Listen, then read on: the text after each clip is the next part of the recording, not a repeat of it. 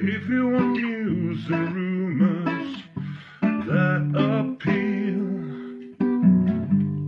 welcome to the Dusty Wheel. Hey, welcome back to the Dusty Wheel.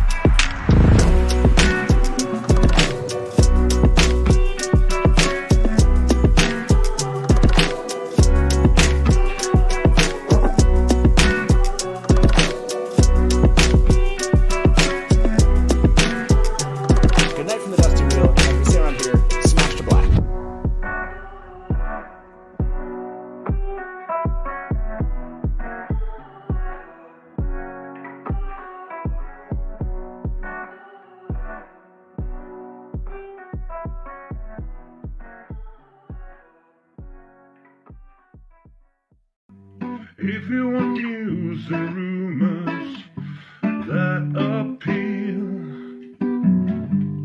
welcome to the Dusty Wheel. Hey, welcome back to the Dusty Wheel.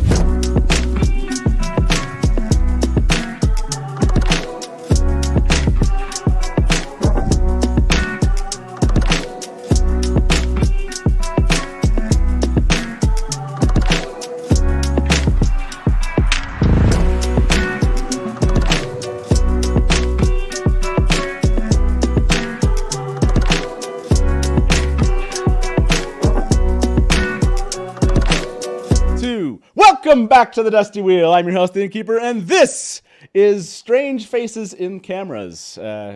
This is our live call and talk show all about the Wheel of Time.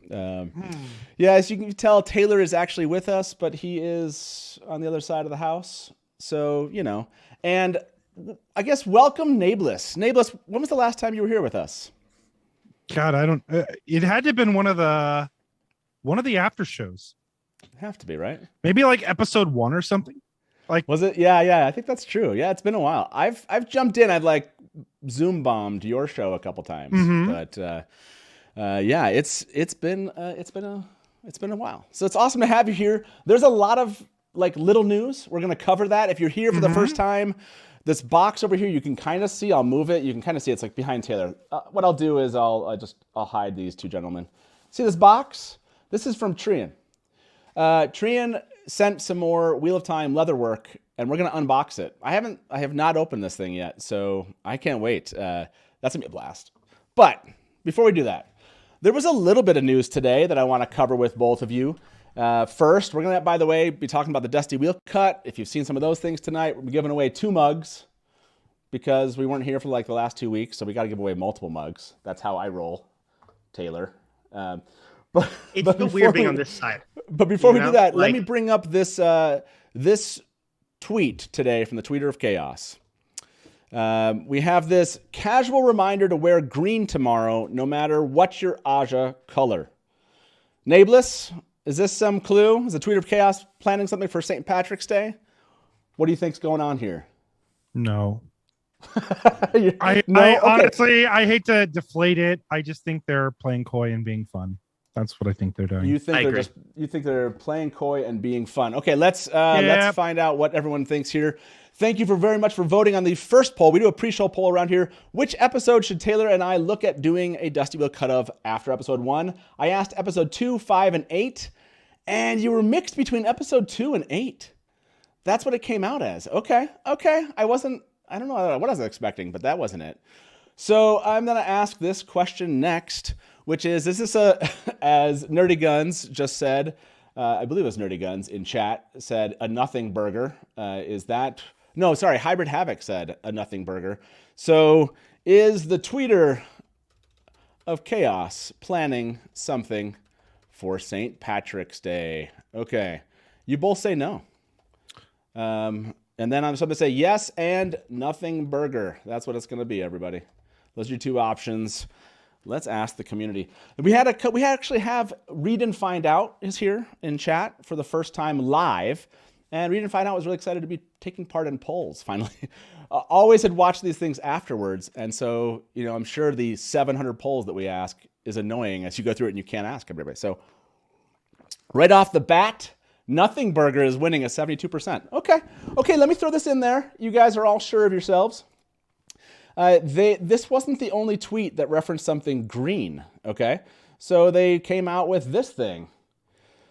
Put your trivia with skills to the test with this colorful challenge. That seemed like a little bit of a misnomer there, and so all the answers to these were, I ruined it for you if you haven't answered these, by the way. They're all green related. So what do you think? Still a Nothing Burger? We had 2 engagements from Tweeter of Chaos out of the blue. No. Okay. So maybe Okay. Matt, maybe that here's what they're trying to get. Okay, so green. If we Google green, maybe there will be a picture of boots that'll come up. And if that happens, we can have a 9-hour live stream analyzing whose boots they could be. Look, like green isn't really working for me in this regard, as in, like even if it was, it doesn't speak to me like land fear. So I'll be honest, less interested at this point. Okay. So by the way, 134 of you have voted so far. 75% Nothing Burger is winning. I'm gonna leave it up there. Maybe the Tweeter of Chaos will join us here in chat, and maybe they'll have something to say about this. So let's leave that there for the moment. We're not going to do the unboxing for a while, folks, and the giveaway of the mugs happens later. We have call lines open. We're just going to mix it up and have a casual evening tonight. But there was a little bit of news that was dropped. Thankfully, thanks to Geekyeri, who tweeted about both of these. One was an interview with Daniel Henney, and one was an interview with Natasha Okeeffe, who fans are not sure whether or not they're playing. Natasha O'Keeffe's playing Alida, or as some of us suspect, is Lanfear. So let's look at the news that we have from Daniel Henney first. We'll start with Daniel Henney on this one. Oh, hold on. I had that one loading, and it's, of course, there it is. Okay. I was like, come on. Let's go down. Daniel Henney, have you read this quote yet, Nameless, from Daniel Henney? Yeah. Yes. Okay. So I'm going to make this visible for everyone, and we'll go through this, and then I want to get your thoughts on what you think is going on here. Okay. So make this somewhat legible. If you have not read this, you can go check this out right now in the link of this video. The description of this video has the links to all of these things we're talking about tonight. So, and let me minimize this. Taylor's like, I have not read this. So Taylor, you're probably pretty interested in what this could be. Let me. I might have seen actually some things on this. So this is the quote. The question was, again, without spoiling anything, the end of season 1 signals a major shift in several relationships for Lan. What can fans look forward to from him in season 2? Daniel Henney said, Lan and Moraine will be tested individually and as a Warder Aes Sedai unit. They'll face challenges that have huge implications. I consider season 2 a journey season for Lan. He'll be faced with many moments and situations that force him to question everything he's believed in and how he's lived his life up to this point. It's really hard for me to not give too much away, but I will say this. 2 swords, multiple fades, blood, lots of blood. 2 swords, multiple fades, blood, lots of blood, and also kind of an individual testing of them as individuals, obviously, and then as a unit, as Warder and Aes Sedai. To you first, Nameless, what does this say to you when it comes to testing Lan individually? How do you think that's going to happen? I mean, I feel like it has to do something with Nynaeve.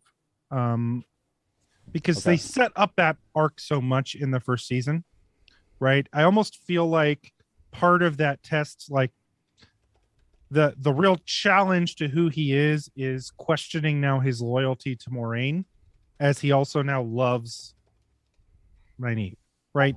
Like, I feel like that's the big challenge they set up, and it would be odd if they went away from that. You know what I mean? Like, yeah, I mean, yes, but individually testing him, having to do with his relationship. That would also test the unit, though, right? Yes, I mean I guess that's what I mean is because he says he'll be faced with many moments and situations that force him to question everything he's believed in. What does Lan believe in? Moraine. Okay, Moraine. Like- Their quest to find the Dragon Reborn.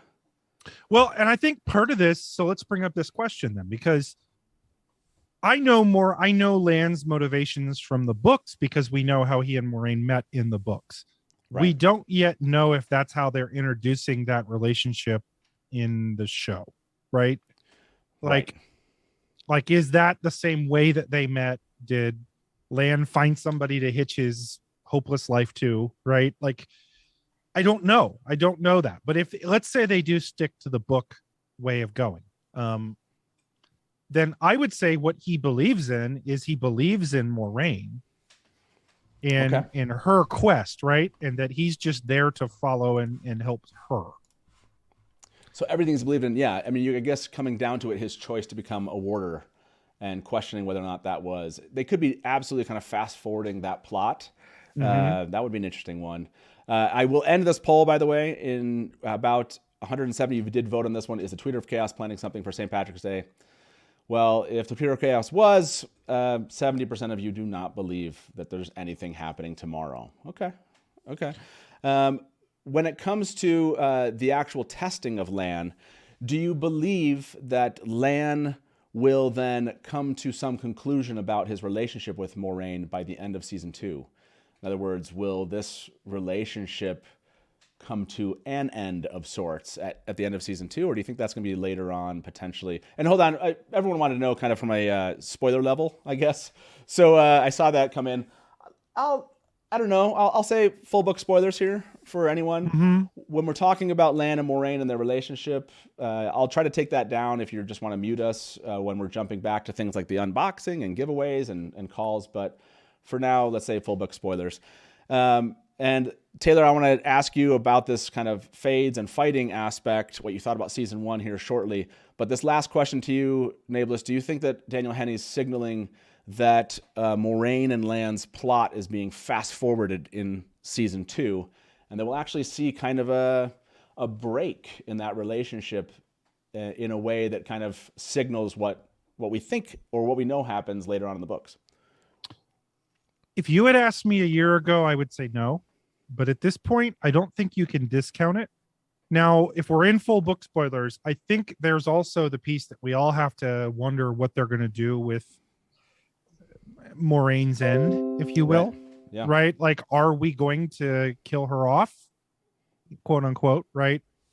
Or is that not going to happen? Because this is your main character, at least in the sense of the most high profile actress. Yeah. So I could see them not doing that. So I don't know. I mean, that would change the way that you would obviously tell the story. I will tell you, I do think it would be odd for them to depower Moraine, send her on a quest to get it back, and then kill her off. Like, I feel like that would be a weird narrative choice. So my first guess is this. I can see Lan chafing under the idea of being tied to Moraine when he wants to follow Nynaeve. But honestly, he can't be tied to Nynaeve this early because she has a whole plot she's got to do. So I think they could fake it out, and then he solidifies his commitment to Moraine by the end of the season. Okay. Right. So you think it's going to be a fake out of some sort? Yeah, they're good at that. A fake death of the relationship? Is that what you think is going to happen? Okay, so let me ask everybody that. Do you think season 2 will turn out to be the fake death of the relationship, or say of the bond between Lan and Moraine? Yeah, I think that's a good theory, which is this kind of like, this isn't going to survive this kind of challenge, and it does, right? Coming back to Lan's loyalty, his honor, and then Moraine may be re-engaging with, right? Like, she doesn't, at the end of the season, she looks pretty unsteady. So maybe by the end of season 2, we get her kind of re-engaged, if you will. So I can see that. I can see that being the case. Okay, let's turn to this part of the quote. I want to ask Taylor. Oh, sorry. Here, let me throw that back like that. So, Taylor, at the end of this quote here, it says, "It's really hard for me not to give away too much, but I'll say this: 2 swords, multiple fades, blood, lots of blood." What was your thought about season 1 when it came to, any battle, sword fights, or anything like that? Does anything stick with you from a memorable standpoint when it comes to season 1? I would say, a couple things. First off, as much as we talk about Land being like this big swordsman, I don't know what Greatest it's called. swordsman, Greatest swordsman.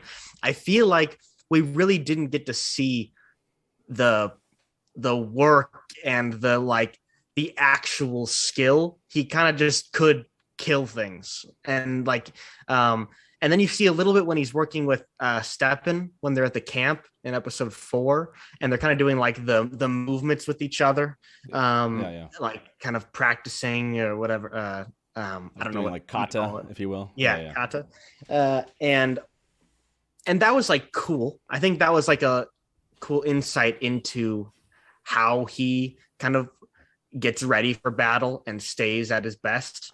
But maybe I'm forgetting some other fights that he did. But I think for the most part, they have so much to do anyway, trying to get through the whole first book, that I can see why they didn't just focus directly on it. And maybe there probably are parts and fights where they could have. But I think what I am excited to see in season 2 is if they kind of start finding more of a style visually that they're going to be implementing throughout the rest of the series, like what kind of look and kind of, visual tone they're going to start adding to it. Because I think it looked really good, but I think it all blended together into fantasy look, like nice camera in the woods with magic. And I think if once they kind of find that tone mixed with kind of focusing in on these little character traits that we can start fleshing out more over the next ensuing 7 seasons or whatever, I don't think a lot stood out in the first season, but I'm excited now that we've kind of gotten through the effort of meeting everyone, that we can kind of maybe sit into kind of individually building them. Individually building them. Because I think that was one of the major complaints, and this was probably, part of their plans the entire time, was to actually have season 2 be part of this build out, right? We know Elias is coming into season 2, so that seems like we're going to focus on Perrin there. The idea that, Rand, we don't know how long he might be on his own. There's some of that, that's not a leak, but there's that reveal that through that survey that Amazon was doing, where it talks about Rand maybe ending up in the cosmopolitan city of, what was it? It was of Falma. Falma, yeah. So cosmopolitan. So cosmopolitan. So, it kind of makes you wonder, like, do they find him? Are we going to get some Rand training moments? Or is this really going to be a moment to get a Lan episode? Like we got a Moraine episode in season 1. Are we going to get one that's very focused on him? He brings up 2 swords, multiple fades, blood, and lots of blood. There was actually a scene that was shown in the scripts earlier that they got cut out of season 1 where he does fight fades, protecting them as they're going towards Shadar Logoth. And he comes back all bloody. And it seems like maybe they took that. When he brings up multiple fades, it mentions in the scene there's multiple fades. I wonder if they just took that scene and they just moved it into season 2. They're like, this is a great scene, but I'd rather we, show it there. What do you think, Nablus? You're saying when they're leaving Two Rivers and they're headed?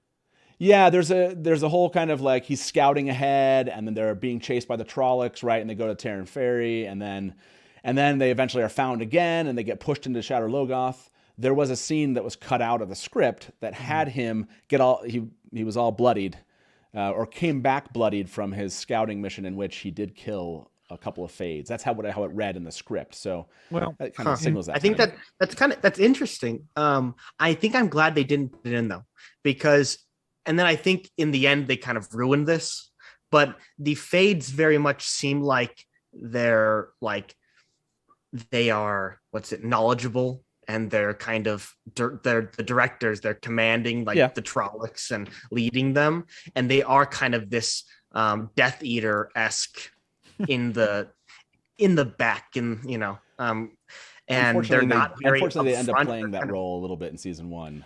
Well, I to a degree, I agree with you, Taylor, because you have to scale up. Like by the end of the books, Fades and Trollocs are irrelevant for the most part, right? You would know if you read the books, by the way, Taylor. Wow. But no, but if you kill them off and make them, and I guess that's part of my criticism of episode 8 was that they trivialized the army a little bit, right? Because they were too easy to kill now, so now they're not as much of a threat as they were, right? Yep. So the same idea, if you watch Lan kill 2 Fades or something, now those are no longer menacing threats like they would be if there's a buildup. Now, Matt, I hope you don't mind, but I'm going to do it anyway because you know how I am. I do. I need to tell a quick story. Okay, tell a story. Okay, I'm gonna let me end this poll for everybody. Then you tell your story. Okay. Do you think season 2 will turn out to be the fake death of the bond between Lan and Moraine? 47% say yes. 53% said no. Okay, so people are a little bit interesting theory. You have half the crowd kind of with you there, almost half saying yes. I'm kind of on the yes there. But go ahead. Yeah, tell the story you were going to tell. So this goes all the way back to November.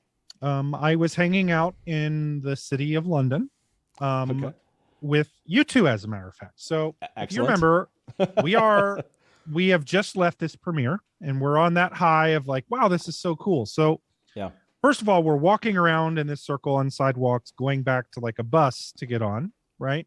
And while we're getting on this bus, we're all chatting, right? As we do on this party bus. And we start talking about spoilers. And I'm like, Taylor, can I talk to you about spoilers about the books? He's like, oh, yeah. So I start mentioning certain things that are happening in the books, like, hold on one second. Sorry. I took down the spoiler banner. Put it back up. Okay, put it back up, everybody. Back to full book spoilers. If you saw that come down, I didn't want it's back up. So you had a moment. Nablus will continue telling his story in 5, 4, 3. Go ahead, Nablus. It was so awesome because I'm telling like, hey, so this part, like Rand trains these guys how to channel. They become Ashaman. And Taylor's like, oh my God, they do? What? What? That's so cool. That's like, this story's really good. And I kept like going through more things from the books. And he's like, these books are like really good. And, that was true. That was exactly I actually thought that he might pick them up and read them after that. Because of how excited he was. You're wrong. Did it happen, Taylor? Did you even crack one since then? No. Maybe I did, actually. Oh, yeah? I don't. Oh, did you? And maybe what just happened? That's none of your business right now. Hold on. Oh. Did you actually pick up A Wheel of Time? Maybe I did. Well, picking it up and reading it are two separate things. Okay, hold on. I think this is a poll. This is the kind of question you poll the audience. Here we go. Do you think Taylor has started reading The Wheel of Time? Yes or no? Taylor, kind of you didn't like, you hinted yes, but not necessarily. So I'm curious what everybody's going to think here. So I like it. Interesting, but yeah, that was it. That was well, sorry, I don't want to like take away the story. That was a really awesome memory. Was there something that you wanted to circle around with on that, about that story and the conversation about? Primarily, I just wish, like, we're talking about spoilers. Yeah. And Taylor, you would love these books. You should read them. I'm just trying to convert your son, Matt. I think you're correct. I think you're correct. I think you interesting. Wow. Now I am already, like, that poll just went out. 150 people have already kind of jumped on that poll, right? They're here and wondering. Taylor's trolling the trolls is what the comment is from Hybrid Havoc. Yes. Taylor with the curveball from Demolition Devon. Nice. Closet book cloak.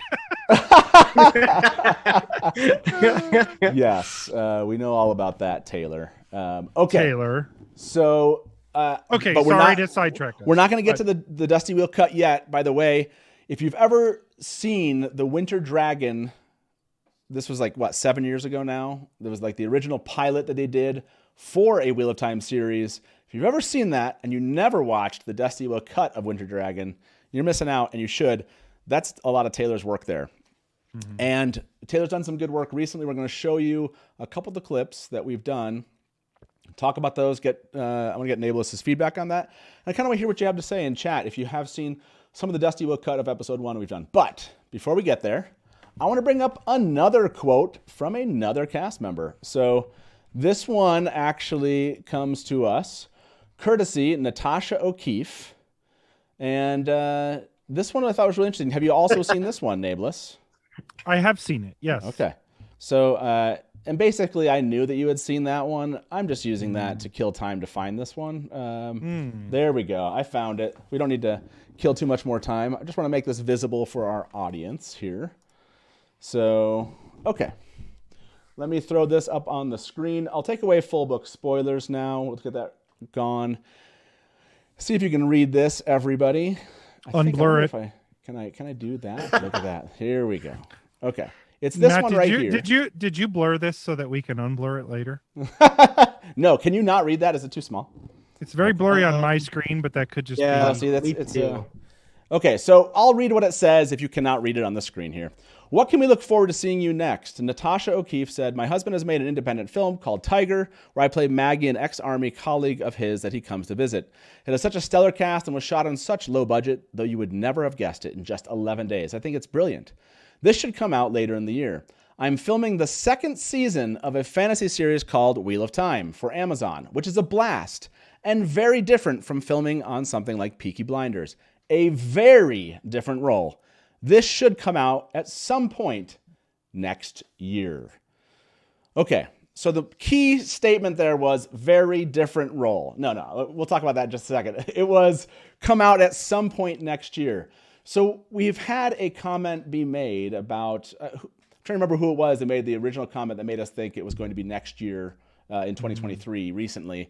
I can't remember who it was, but now this is a second comment that pretty much, I mean, Natasha might not know the exact date or whatever, but Natasha seems confident some point next year. So let me go to you first, Nablus. Some point next year, do you think Q1, Q2, Q3, or Q4? I think if we get it in, it'll be the end of Q1. But I also want to caution us from taking actors and actresses' words on the release dates, because if we were listening to those, it would have been coming out here in like a month, according to Lana. Why am I for Priyanka? Priyanka, yeah. Yeah, Priyanka's like... it's clear that she's Lanfear, and that's why I believe her. It's definitely a Lida, not Lanfear, but yes. Okay, hold on. Let me ask that. I want to ask everybody this question. Almost 200 of you voted on, do you think Taylor has started reading The Wheel of Time? 55% said no. What? Why do 45%? I can't tell if, like, Taylor, your trolling worked. You convinced 44% of our viewers that are answering this poll that you have started reading The Wheel of Time. Just randomly, in the midst of all the things going on in your life, you just thought, why not pick up The Wheel of Time now? Okay. I'll be honest. I probably would have said no. I feel as though I think it's really interesting talking about the Lan and Two Swords thing. Yeah. With him and Rand.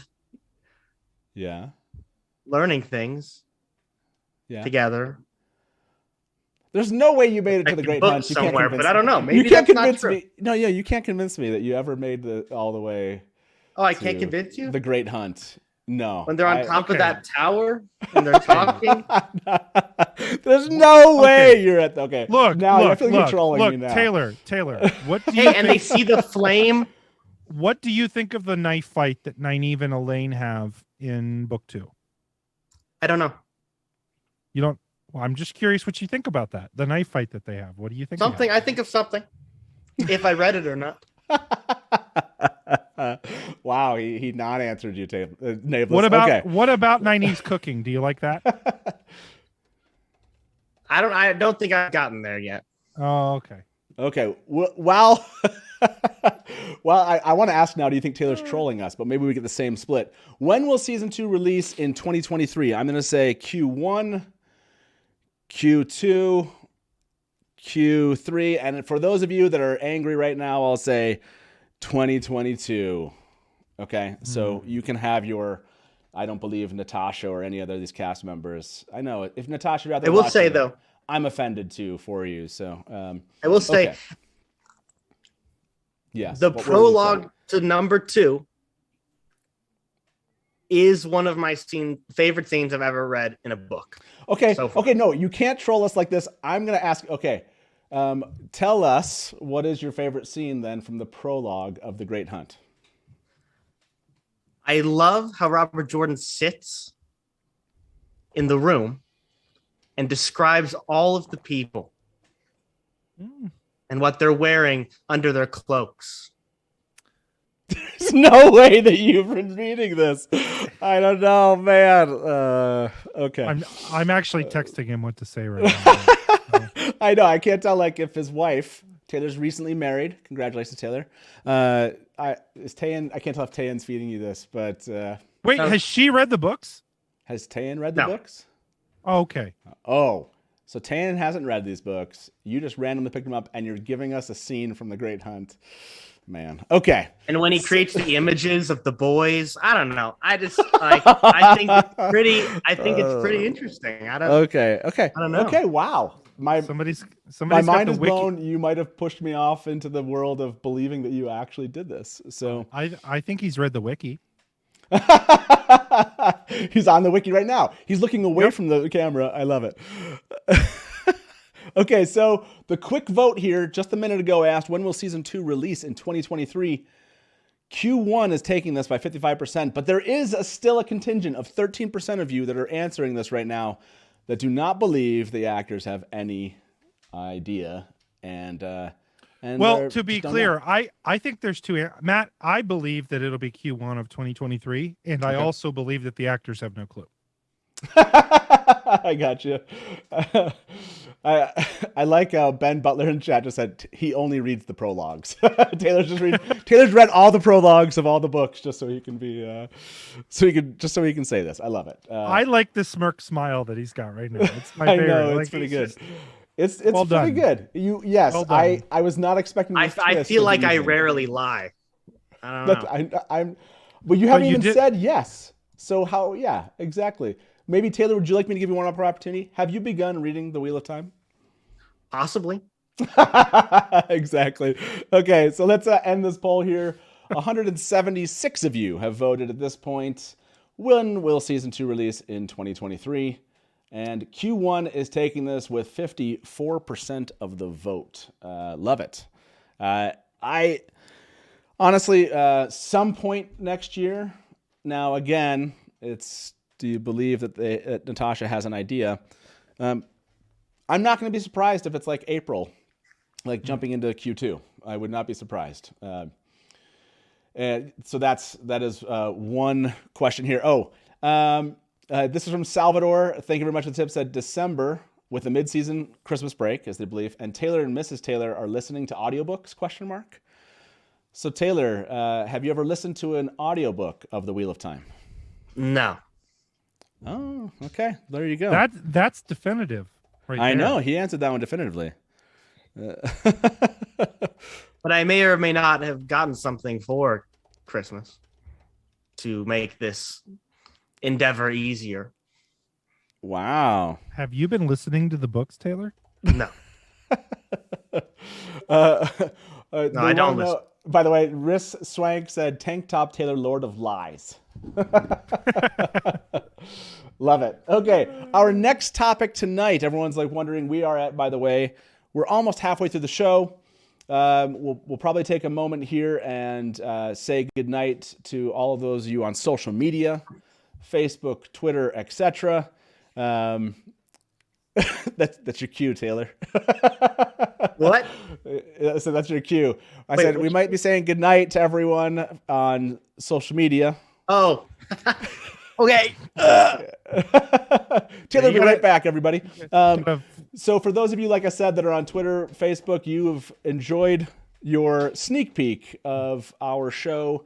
You can continue to watch the rest of it over here on YouTube. Just look up the Dusty Wheel and come join us. We're going to be opening up the call lines. We're going to be unboxing this amazing Wheel of Time leatherwork. We're going to be giving away some mugs at the end, and we still have some Wheel of Time news to cover here, so make sure to join us there. But yes, good night for all of you on Twitter, Facebook, and Twitch. Okay, so I want to jump to this next piece of news, which I thought was really cool. Julian Perry, the VFX supervisor of the Wheel of Time, he's actually done a number of interviews recently.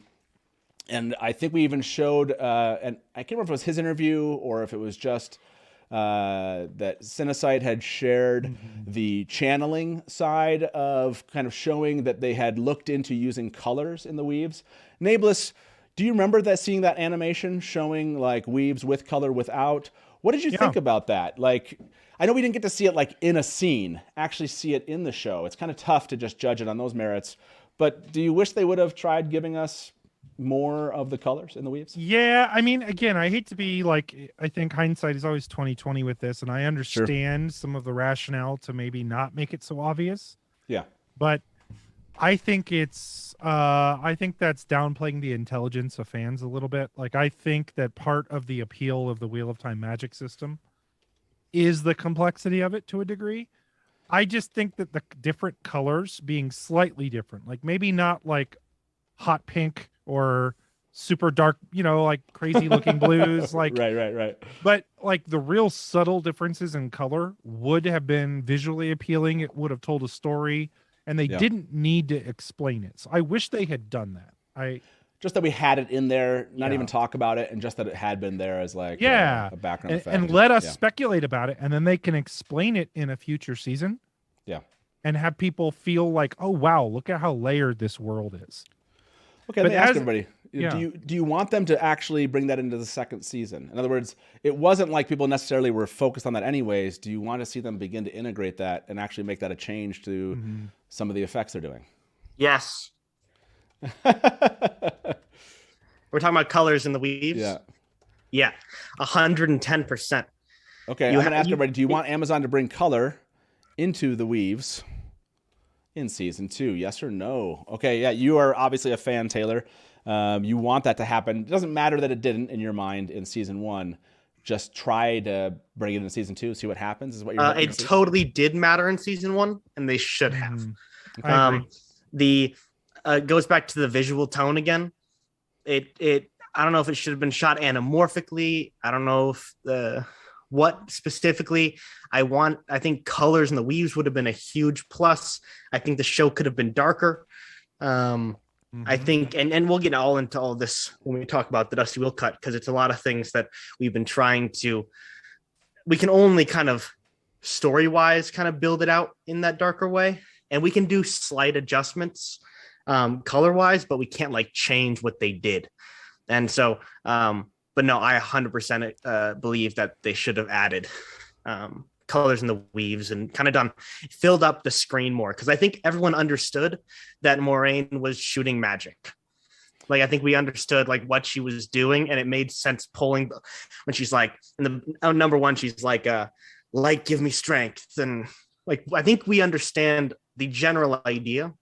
I think if you could have stylized that more, it would have stuck in everyone's heads more. So well, you seem like you're in the same place. Is that right, Nablus? Well, I think they've got a great chance to do this in season 2, like, because they're going to expand. Like, there's going to be more exposition on the magic system in season 2, naturally, because most likely we're going to see some more time in the tower. We're probably going to see the girls training in the tower, right? Yep. And so because of that, it sets them up to like make this more obvious to the readers or watchers now, I should say. So I think they can add color in. Again, so I think there's a distinction here. I'm not talking, I want him to be very subtle, almost not noticeable. Like, I don't want it to be like Captain Planet, where you've got 5 different rings, like Earth, Wind. You know what I'm talking about? Yeah. Taylor has no idea what Captain Planet is, but nope. But that idea, like, I don't want it to feel like it's like super distinct, like crazy different colors and textures. But I think that a really subtle, slight shade difference, and then the way the weaves look, like as Taylor said, the visual style, like having fire seem a little bit more chaotic and water looking a certain way, right? Like air seeming a certain way. Like, that would be really cool and would add depth. And the people that would notice it would notice it. So I thought it was curious that they did not do that. Unfortunately, like yeah, I'll be honest. Like reading the books, I didn't really think about it much. Like I don't remember like really making weaves that way in my head. I know Jordan talks about it, and so it's one of those things that I think it wouldn't be as noticeable. Although, like you're saying, unless they highlighted it right during training or something, they really showed that. That could be cool, and I would like them to. That's an option for them, and obviously this poll, almost 180 of you have voted. Do you want Amazon to bring color into the weaves in season 2? Yeah, 90% of you were saying yes. You see an opportunity. I think I agree with you on where that opportunity would be in this, which I think is pretty. It would be a really fun thing to kind of see show up, and they still have the option to, right? They probably still have that built into the effects they can add. So yeah, I like that. By the way, I brought up Julian. Julian's awesome, by the way. I had a chance to speak with Julian when we did the official after show. You can go see the conversation I had with Julian. I think it's in our episode 5 of the after show. Just go look up Prime Video on YouTube and look up the Wheel of Time after show. And yeah, episode 5, I speak with Julian, and he's a joy to speak with. You can tell he's just really excited about his work. He was actually very excited about like the Wheel of Time. He was excited to just chat.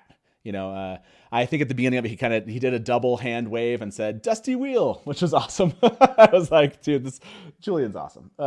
So let me show you though an article that came out. I put the link in the description of this video. If you didn't see this one, VFX Futures Wheel of Time, VFX Soup here. This is a fun little podcast episode. If you go listen to it, and the reason why I bring this one up is Julian said, and let me get I'm not going to like quote him exactly, but I'm going to, just summarize what I took from an interesting part of it. He said that they had built a 1 power. When he came on, he realized they needed to kind of make sure that the way they were showing it worked with how the actors were, acting the parts, etc. And he goes into detail about that. That's a terrible summary of what he goes into detail about. But then he said that they made a legend that showed the different weaves of the 1 power. And the legend of the 1 power was really key. So when they had to know what was being woven in a particular scene so they could use the specific type of weave. And he said, Cinesite just delivered the legend to Amazon because fans had asked for it over Christmas. So, so apparently Amazon has this legend now. Maybe they didn't before. Cinesite had it. Cinesite delivered it to them in some, I don't know, I'm assuming it's like, here's an image or something. I don't know what it is, what the legend looks like. But this is something that maybe Amazon requested from Cinesite because fans had been really excited about this legend. So, is it bad, Matt, that frustrates me more, actually? Let me explain why that frustrates me. Okay, because, tell me.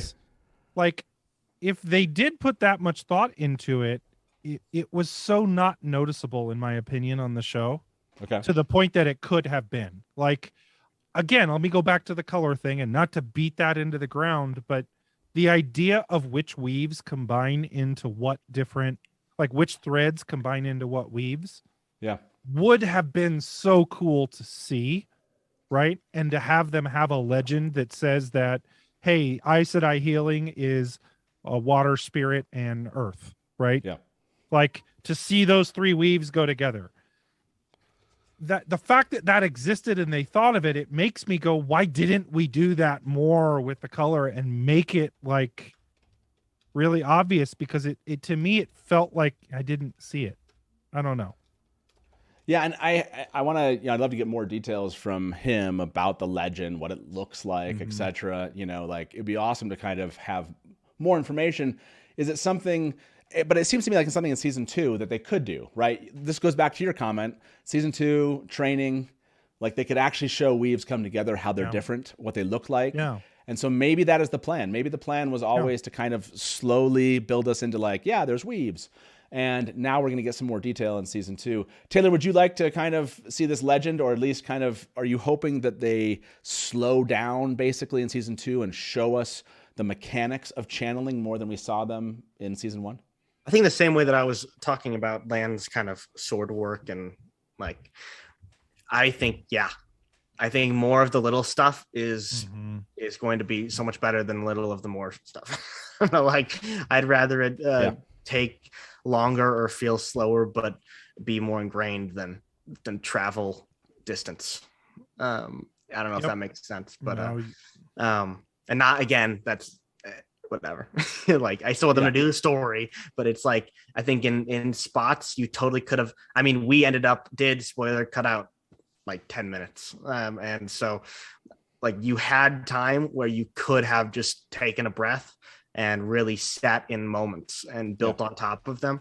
And so I do think making the weaves and making the magic system actually a lot more interesting, and bringing sword work and skill and from all of the, not just Aes Sedai and warders, but like showing Rand learn and showing these things be ingrained within the characters, I think will just further create attachment to them. So I don't want to see crazy bursts of power that have never been trained. Like I feel like we got so much of that in season 1. And I feel like Jordan did some of that also in book 1. But regardless of the fact that you might get those things in these other next 2 books, in book 2 and 3, I just don't want every big channeling moment to be like, that just came out of nowhere. It's pretty amazing. I'm saying, I want to see like you said, Rand,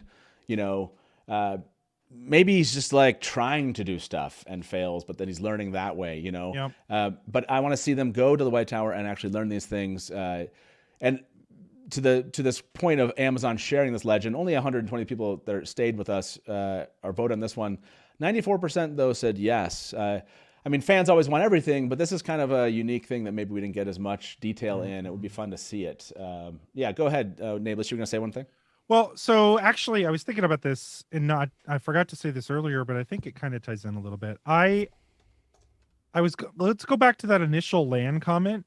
Like, where is he even fighting Fades? Yeah, like, a good question. What is the storyline where he and Moraine are going to run into Fades? I think that's a question, first of all. Because I'm not exactly sure, because obviously they're not in book 2 really. Like they show up at the end and they hang out with Adelius and Vandine. So obviously they're going to have something else going on, whatever that is. Yeah. Maybe that's at the beginning. Who knows? I don't know. But it's a good question. I just thought of that. When does that happen? I think that's a reasonable thing to wonder. And I would imagine it's happening in the sense of, so what I would think would be they're taking some of that the book 3 stuff that happens, and it's like everyone's trying to follow Rand kind of thing, and they're running into some of the Dark One's forces in the attempt to maybe find Rand. That's kind of where I would have probably sketched that. Well, I see some people throwing out accepted test for Nynaeve. Oh, okay. That's an interesting one. Actually bake it in there. That could be an interesting part of it, not necessarily happening in real time, but I like it. By the way, Salvador, thank you very much for your tip, said Forsaken snatching Aes Sedai weaves clean off with It's All About Hairstyle, Nynaeve and Braid fostering weave envy, but now in Technicolor. Okay. That's pretty, that's funny. I do wonder where this does happen. I think that'll be a fun kind of look at book 2 and 3. That is what Rafe has said. When it comes to season 2, it's basically the idea of books 2 and 3. So I think obviously they could be making up scenes that don't exist. I like that they had plans to use it in season 1 and maybe moved it. I think it does work in season 2. I don't know necessarily as well, whatever, but I think it does.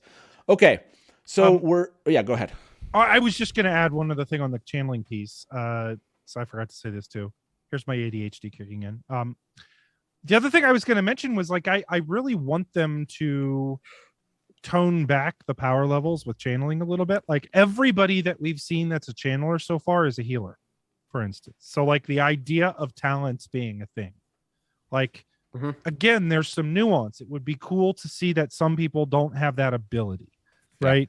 Like we set the power level so high in season 1 with some of these characters. I think we need to see some characters who aren't quite that powerful, right? Like, bring it down to earth a little bit. And as Taylor said, although fighting and killing 2 fades or multiple fades, that's that's OP, fair. You know, that's fair. Part of that I think we can get over too, though, by another thing Taylor said that I really very much agree with. So I wanted to echo this: is less traveling and more. Let's establish locations better. The season 1 is way too much traipsing around in the woods. And it's not enough. Like, we should have spent 5 episodes in Tarvalon, right? Or like, I think we need to have, like, in Falma. My personal opinion is I think the Morocco scenes are Falm.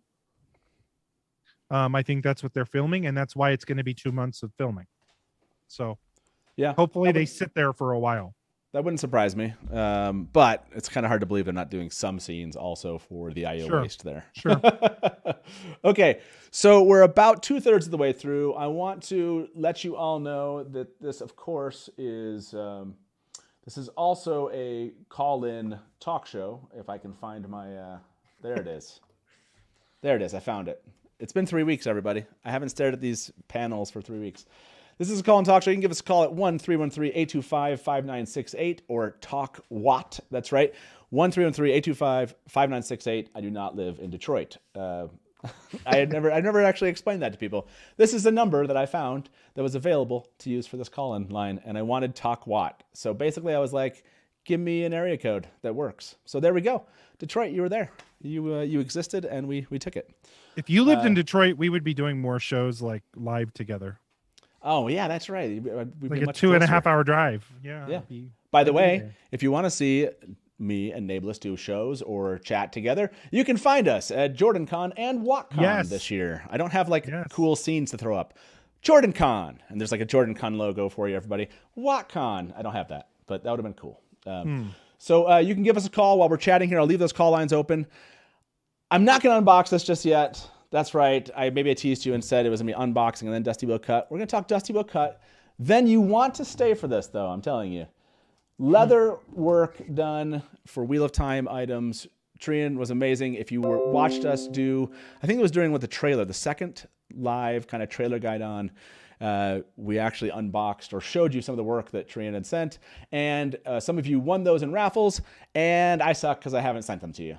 Yeah, it's been busy, and I apologize. I will try to sit down here shortly. Look, I'm selling my house, new job. It's crazy. My son got married. It was a nuts end to the year, but yeah, I'll try. We'll get those to you, and I want to show you this. By the way, one of these items is actually going to go to the winner of the Wheel of Time song parody contest. Yes, you still have 2 weeks to enter the Wheel of Time song parody contest. 2 full weeks, and you might win a piece of this leather work that you're about to see. But before we do that, I want to shift gears a little bit. No spoiler stuff here. Let me make this ready for everyone to see. This is a little bit of handiwork that Taylor and I have been working on recently. We told you this was coming. It is finally here, and we're sharing little pieces of it as we go. This one is, Taylor and I took a look at episode 1, and I want, for example, let's stop for a moment. I want everyone a part of the show that might ever see this, actors, cast, and crew. The work Taylor and I are doing is not to make what you did better because we think yours was bad or something to that effect. This is something that we just love doing, kind of taking the material and framing it in a way that is interesting. It's another turning of the wheel that you created, if you will. And we have fun with it, and it's very much done in our love and good spirit for you and for what you've given us, and has nothing to do with, like I said, correcting some terrible thing that you did. Now, I say that because if you go watch our Winter Dragon cut, it was all about the love of the Wheel of Time and had nothing to do with showing 8 minutes of dolls on the ground, which we could have done, but we didn't do. We could have done that, but that wasn't the purpose of it. It was to try to take the material and show it in a different form and different way. So this was our idea and how we thought about introing it. If you saw the intro of season 1 of The Wheel of Time, then you saw that Rosamund Pike as Moraine was doing a voiceover as she got dressed and for her journey as she and Lan leave the White Tower. Taylor and I thought, okay, what if we took the animation that they did for the breaking, which actually kind of more closely matches the voiceover and put those two things together. So we're going to share that with you now. Taylor, I don't know if you want to come in so you both can hear this too. If you want to make that adjustment, do you want to do that? Yeah, or? let me do it. Okay. Taylor's going to adjust that quickly. Let me ask everybody. Was season, by the way, I asked everybody, almost 200 of you voted on this, was season 1 too overpowered? 70% said yes. So I'm going to end that poll, and then I'm going to ask if you've actually seen some of these things that we've done. So let me throw that poll up here shortly. But thank you very much. Hopefully read and find out if you're out there in chat. Hopefully you've been enjoying all the polls tonight. Have you seen any portion of the Dusty Wheel cut? I'm kind of curious of our people here in chat. So, okay, here we are, everybody. Enjoy this. We're going to show you both these clips. Taylor and I will break them down for you. We'll talk about them and see what you have to say about our cut here. The world is broken. Many, many years ago, men who were born with great power believed they could cage darkness itself. The arrogance. When they failed, the seas boiled, mountains were swallowed up, cities burned, and the women of the Aes Sedai were left to pick up the pieces. These women remembered one thing above all else: the man who brought the breaking of the world. And him they named Dragon. Now this man has been born again. We don't know where or to whom, if he was reborn as a girl or a boy. The only thing we know for certain is that this child is coming of age now, and we must find them before the dark does.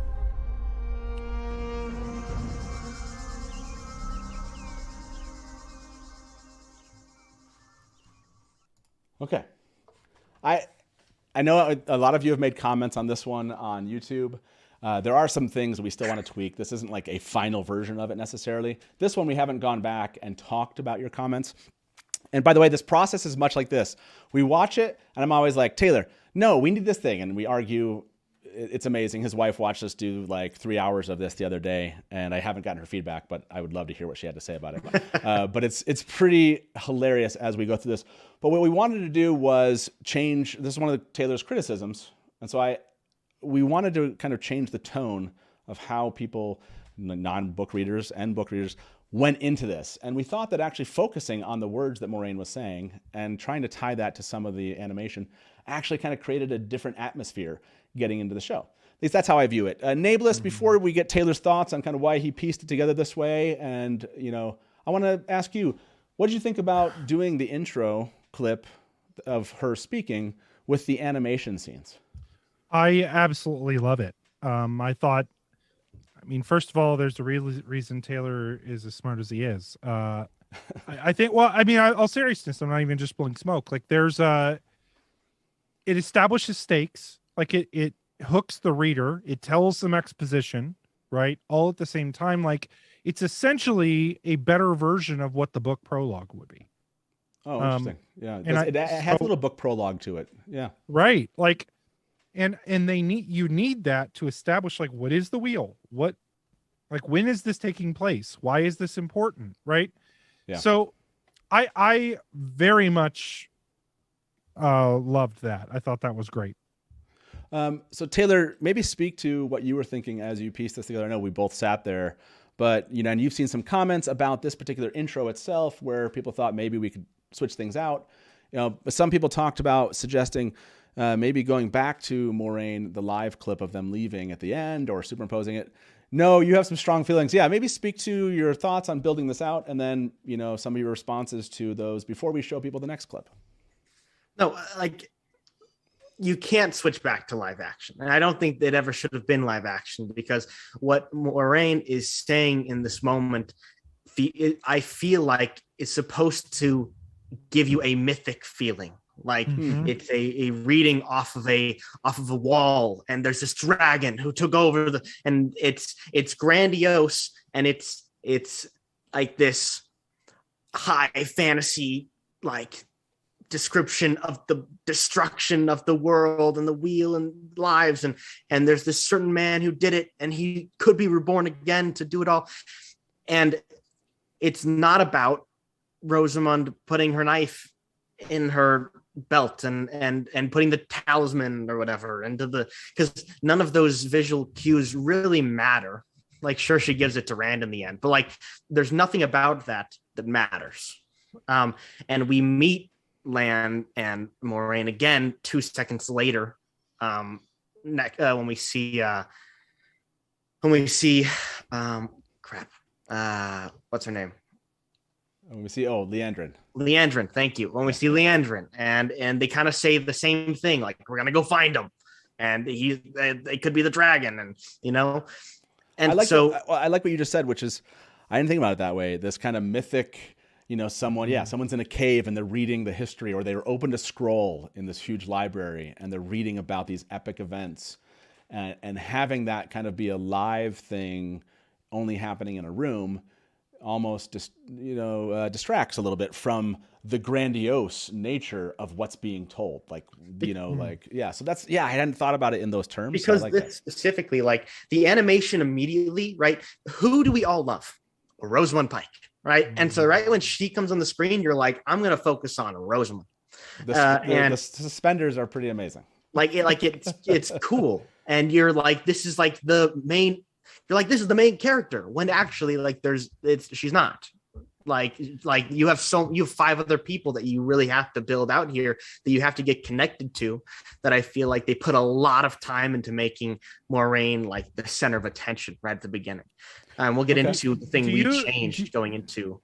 Do you think that some of the thinking, because I agree with all of you, I'm just thinking, like, in my head, I would have loved to have heard some Rosamund narration over, whether it's non-acting, like if they were showing battle scenes, like I'm thinking the beginning of Lord of the Rings, right? Like, think the prologue to the Lord of the Rings movies. So you've got Cate Blanchett doing a voiceover, right? Which feels very epic in nature, but you never see Galadriel. Like, she's narrating the war, Sauron, like they're showing clips. Now, obviously they might not have had the budget to do the strike on Sheo Ghul and, right, like, the breaking of the world and all that. They might not have been able to pull that off. Yeah. No, I think, and someone brought that up. You just brought that up. Riz Swank mentioned maybe that's why they didn't do it. Maybe because they didn't want that, right? They want to call it the attention to it. I still don't think that that's a good enough reason. I understand that with the staff and with other things, you know, those kind of choices, but I don't. This one, after seeing this, I go, oh, you know what? This actually kind of creates a different tone. So, yeah, it's an interesting one. I'm going to ask everybody, almost 200 of you voted, have you seen any portion of the Dusty Wheel cut? 76% of you tonight have. Okay, so awesome. 26%. Hopefully you've enjoyed this. I'm going to put up a poll and ask you, you know, do you prefer the tone and, you know, of the original? Or, you know, which, maybe it's not the prefer. It's... No, and actually, I'm not going to ask that one. I want to ask it once you've seen the cut, I think, and talk about. I don't want these individual pieces are too hard because they actually all tie together. So instead of asking that question, let's move on to this next piece. Oh, wait! I'm not. Oh, yeah, go ahead. Yeah, I have some things. Okay. Sorry. We know for certain. You're like, moving on. We only got 2 cuts to talk about right now. And just as our third one didn't end up getting finished uploading, so we won't be able to show that yet, but on next week's episode we'll definitely talk about that one, and the next 2 that we release. But yeah, to go back to the animation thing, I think specifically the reason why it works is because it's the animation, though, like, it's first of all beautiful and it pulls a lot like that. I don't know if you guys haven't seen I think there's 6 of the animated episodes. You have to go watch them. I think one of my hottest takes that I've had over the entirety of this is I really wish we could have seen like a 12 episode long, 40-minute episode animated version of the series, like all 14 books. Like, I think that could have been a really, really cool thing to see, because like the art styles in this are super sick. Even without the voiceover, just the animated shorts have just a really cool style to them for sure, as I'm showing on screen here. But yeah, go ahead, Taylor. But no, I think, I felt as though we kind of get this intro with Moiraine and Lan talking about the thing they talk about a couple seconds later, after Leandrin kind of hints on some of the things they just talked about and then talk about after Leandrin. And this kind of like, it puts you into the mood and the feeling of the show, but doesn't already show you, you don't see Rosamund. And so this kind of feels like an overtune of the whole episode. And you kind of get led into what is our Galen scene. And though I think it's like, it is kind of like Dragon Reborn, but it connects it very simply for the viewer to okay. But don't okay. I want to cut you off there and say this. The reason why we did that was how we thought about structuring the cut. So they did their cut. They did their version. Obviously, they gave us, because Moiraine is a central figure at the beginning, and they are establishing her as a central figure. In fact, they're establishing the journey to find the Dragon Reborn and leading into who's the Dragon Reborn concept. So I think it makes a lot of sense to throw her out there, as in like, who is this chick and who's that guy and where are they leaving from? And it's this journey. They're on a journey, and focusing less on the past, even though she's speaking about it. She's speaking about why she's going on the journey. Our version of it is actually speaking about what happened back then and why they're going. So it takes a different view, right? We came at this with the same material, basically, access to, but we're putting the emphasis differently. And so you'll see that in our cut. Nablus, you've seen these two videos. When does Moiraine show up for the first time if you don't see her in the intro and the cold open? You literally, I was literally thinking about that while you were talking, so I'm glad you asked. So I had two comments. Number one, to answer your question, to me, the first time we should have seen Moiraine is when she walks into the inn. Okay, so let's stop there. And a quarter of our audience has not seen these yet, and I don't know how many have seen this one. So let's play the second one. After this one's done, I want to break this down, and then Taylor and I will talk to you a little bit about what's coming up. I'll take a call. Sorry for those that are on the call. We're going to watch this one, and then I'll bring the callers in. And then, like I said, we'll do the unboxing, and we'll give away some mugs. Hopefully, you'll stick around for that. So this is, just imagine the intro you just saw. This is what would follow.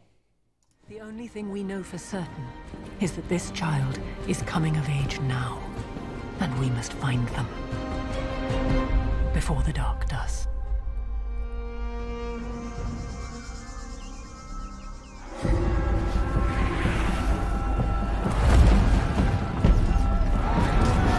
He destroyed the gates! His army's everywhere!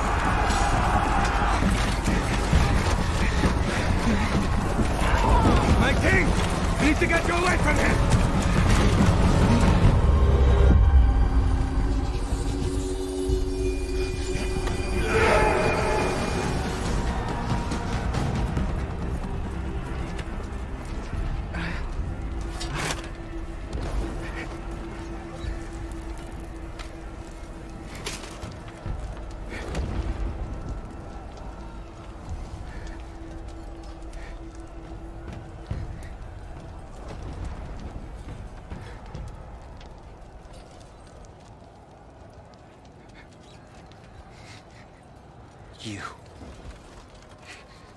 You really believe it, don't you? Be done with it, Loghain. I sent word to the White Tower. The Aes Sedai will come for you. Those women. They should be following me, not fighting me.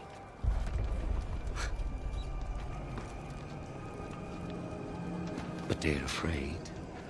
Afraid the dragon will break the world again. Throw us back thousands of years, just like the last one did. They forget the dragon is just as likely to save the world as break it. You don't need to convince this man of anything. Kill him. You've got mad already.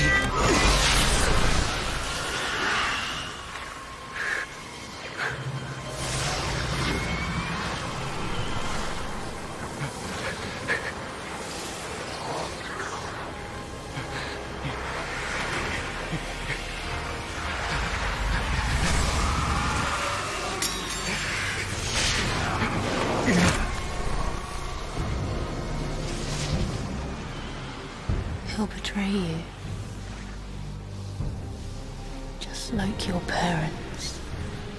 Just like your sister. None of them understand who you are.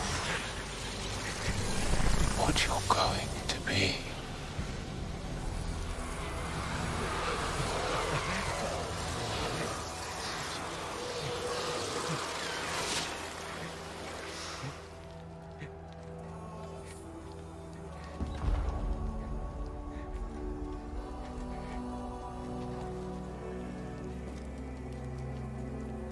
There's a place for anyone at my side. Even my enemies.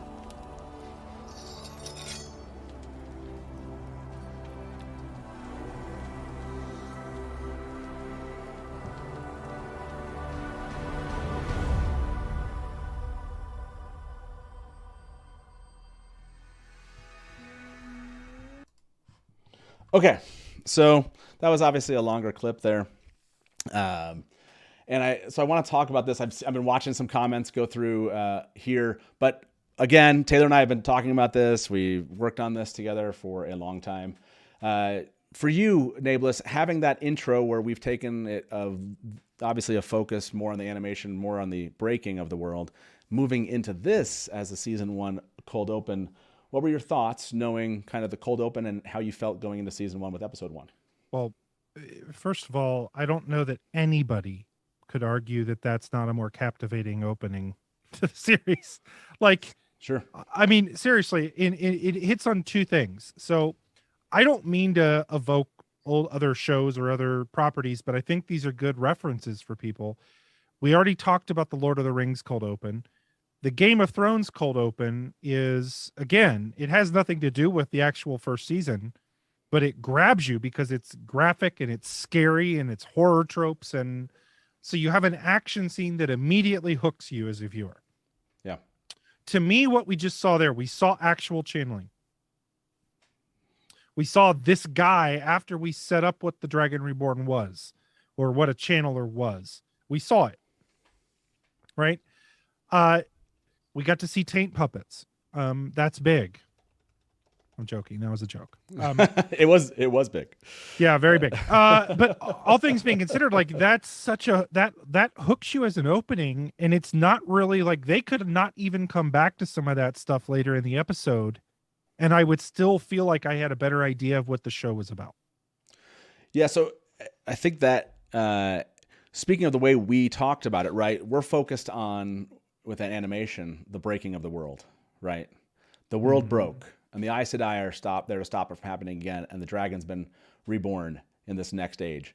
Then it's saying 3,000 years later, Geldon. And you meet this guy, and he appears to call or think of himself as the dragon. And he's talking about these women, right, that they've already talked about in the, the Aes Sedai. And he's basically been told he has them coming after him. So what I like it that it does is it's talking about Moiraine, right? As in the Aes Sedai coming after the Dragon Reborn. And so when you do meet Moiraine, I promise you this, if you watch those intros and that, and you watch Moiraine walk into the inn, you will get the chills. Because you're like, this is the person they're talking about. And that's how you feel like a Two Rivers person. You feel like you're there, and you're like, this person's after the Dragon Reborn. Anyway, we just loved that. Once we put these in order, we were like, oh yeah, it takes Moiraine and makes her more mysterious. It doesn't, it's about like the Dragon Reborn and about war that's coming to this world. So anyways, Taylor, what was your some of your favorite decisions with this cut that you liked the most? There was one person in YouTube I loved before you answered that question who was like, so you basically just took the scene and you called it the Dusty Bill cut, and nice. So I was there with you when we cut this up. What was your kind of intent? Why did you, because a lot of people were like, you cut that first one with the spears. Why were you so key on that channeling moment with the king and the dagger? Like, what was important for you about showing that in the channeling as kind of the core channeling people saw? Well, there's a couple things. I mean, it's funny that they say that we kind of just re-uploaded it. That means that it was cut pretty well. There's actually there is a lot taken out. but only the amount that needed to be. There's a problem now. Technically, at this time in the season, right in episode 4, a big reason why we cut out the spears and him doing his like final thing is because since it's for the first episode cold open, it's the same reason why we shouldn't have shown Lan kill a bunch of Fades in the first episode of them, or sorry, the second episode of them leaving. Because if you in the beginning show everything, the first time you're seeing live action, the first time you're seeing these characters, what are they afraid of? What are they running from? Is he menacing? Is this suspenseful? You don't just show your whole hand. And the whole point is building the suspense. And the main aspect of that whole Galdon scene, Galdon, I don't know how to say it. I always say it kind of like Gaston. But no, the whole point of that is to see the darkness overtaking him and him fighting through it. And it's this idea of, what is the audience going to think? Is this a possibility? Like, well, we just saw they were talking about the dragon and the breaking of the world. Well, now this guy's saying that he is the dragon, but he knows that breaking the world is a possibility, but he's not going to. He's going to push through that. And he has like an idea. He has other thoughts and what he thinks are his thoughts.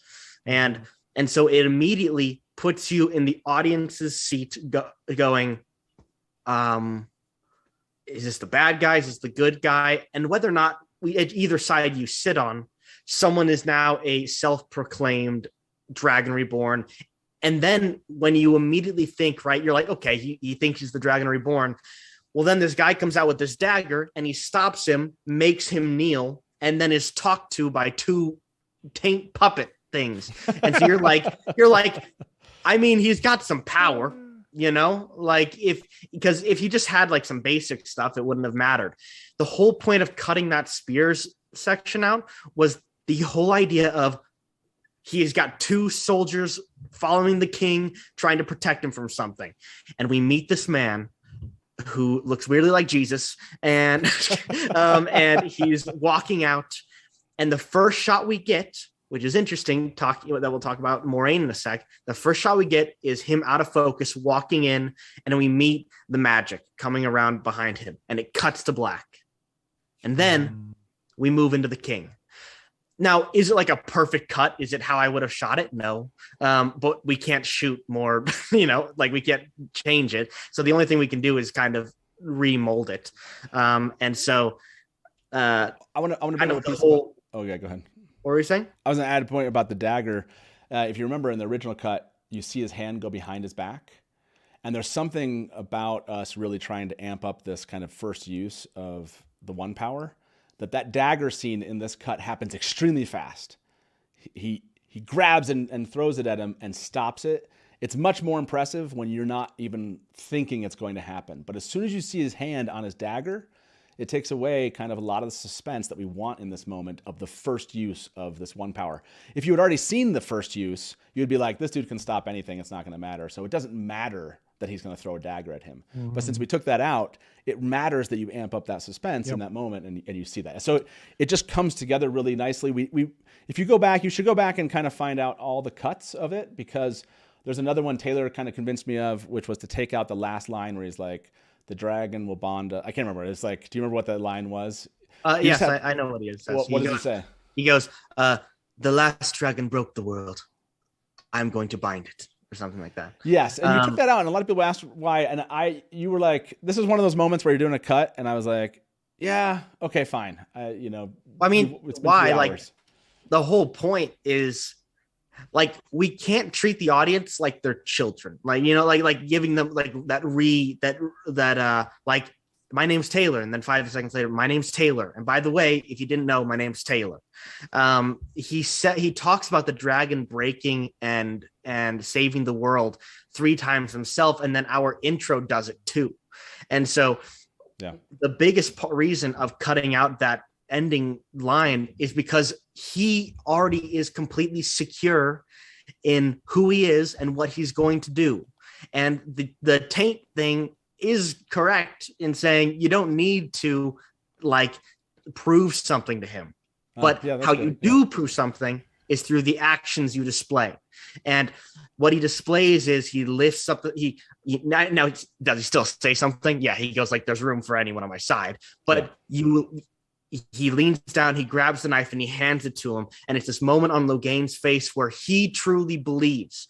And it's the full controlling nature of the taint that actually matters. That's why it's so dangerous for men to channel. And this showed maybe he's right. Maybe he is the best. Like, that's why. I see you itching to say something. Yeah, go ahead, Nate. I have a question for Taylor, actually. So a slight tangent on that, but I think related. You compare that opening clip, and I think I just caught something that felt tonally different, and I just understood why they feel so different to me. The shorts are much darker in tone, and then you pop onto the show, and it's like super bright. And I really wish they had carried that slightly darker tone, right? Like, turn down your color grading a bit, right?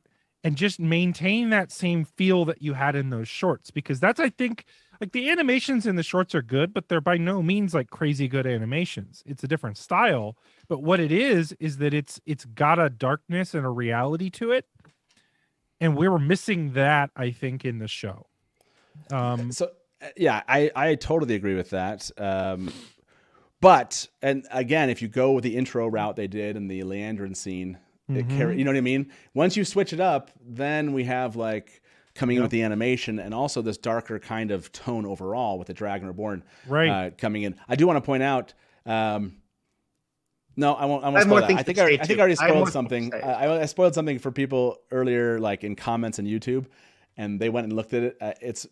We'll never be able to show that full thing. So I will share this. Do me a favor, watch the end of this intro and this one, and then go watch the end of episode 1 and tell me if you see this awesome circle. I was just going to say that. Okay. It's such an amazing circle, and you might be picking it up what it is, but think about how this ends right here, and then the end of episode 1. It's awesome. Now, I will say this before I'm going to take our first caller, and then we will jump to the unboxing. Wait, shortly. I have a couple things to say. Wait, I know. Okay. I want to mention this really quick. The cold open that I always am like, it doesn't work for me. I don't like it in episode 1 is perfect for episode 4. Because episode 4 is not it's about Logain and Nynaeve, but it's also about setting up Leandrin and who she is.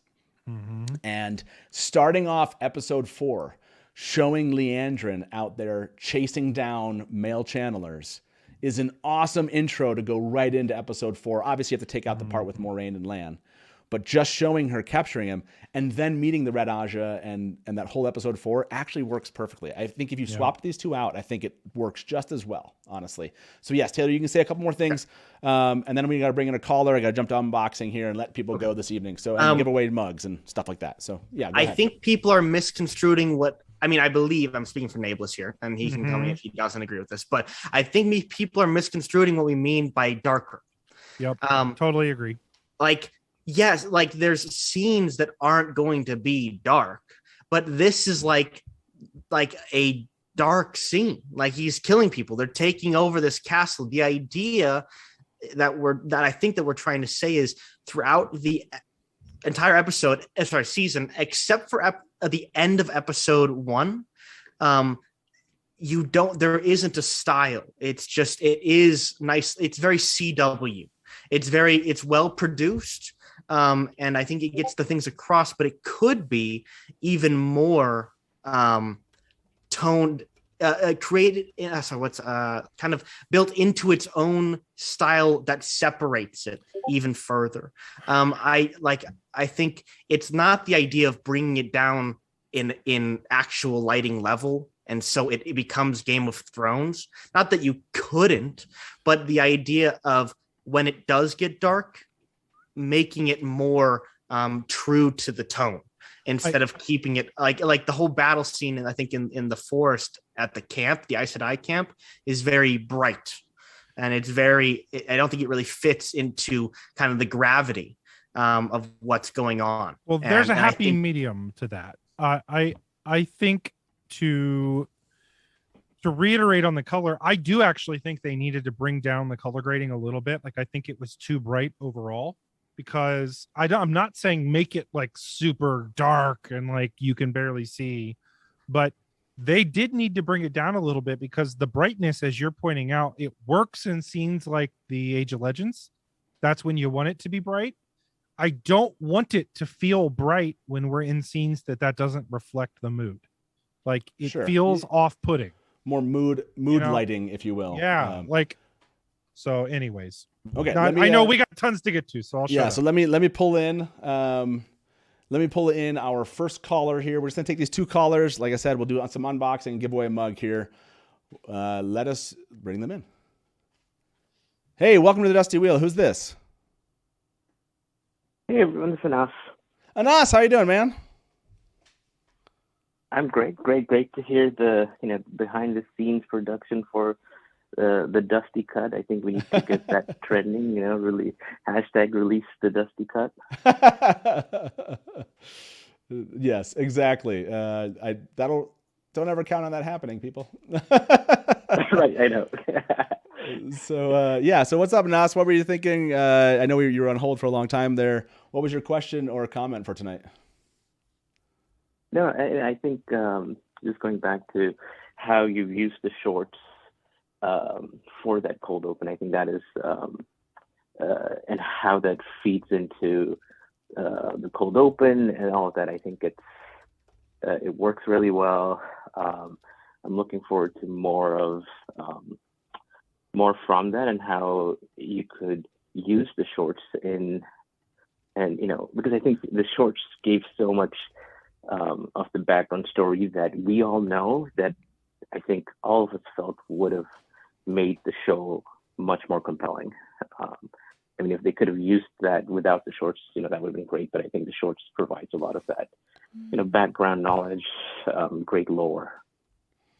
Yeah, it's tough, because I don't think you want to do that for every cold open. I think doing it once, maybe every season, I would be more into actually using some kind of animation. Maybe that's how you hit up the history aspect. And once a season, you kind of have a history of something that happened in the past and kind of bring everyone forward. You could potentially do that. I wouldn't want to use it, overuse it. But I think you're right. Some of the people complain about this. Some of the material we got in the supplementary material, we're like, why wasn't that in the show? So what was your favorite of the animated shorts or even the supplementary material that you saw on us that you wish might have made it into the show? Probably the one you used. I think the breaking, and the reason being that there is a bit of the prologue in there. It would have been, and I think they were saving the actual prologue to the Other World for later, and they might have showed a little bit at the end of the season, but I think that is probably my favorite. The Ogier one was really nice too. I think that was really cool. Yeah, the Ogier one was a fun one. I liked the something warder. I like the one about the warder. Was my favorite. Nameless of the warder one was awesome. Of the supplementary material, Nameless, what was your kind of favorite piece that they had done? I think I liked the breaking of the world the most. But I really loved all of them. The warder one was actually probably my least favorite, but that's not to say that I didn't love it. I just felt like it was the least relevant story, if that makes any sense, like to the material. Anyways, I just saw my poll. Oh, like the poll was a little bit off. Everybody, do you like? Oh no, the poll worked. I don't know. I thought maybe I'd messed up the poll. I saw you and Taylor laughing. Did I miss something? What did I miss in chat? Yeah, I missed something. You missed me being a child. Oh, gosh. Oh, I'm seeing it now. Okay, Anas, of the Dusty Wheel cut or clips so far you've seen, what's been your favorite kind of or least favorite adjustment that we've made to either of the intro or to the cold open? And then I will fight for it. Yeah, no, I don't think I like the vision, so I don't think there's anything I could say I didn't like. I mean, what I really liked the most was the fact that he used Alvaro Morte. I mean, he's such a star. He has such a great screen presence. That scene is so compelling anyways. So I think Alvaro Morte, sure, you want to see Rosamund Pike, that's your main star. But in terms of, like, you could argue the global kind of stardom, Alvaro Morte is, one of the biggest stars in the show. So seeing him up front, I think great. That would have been great.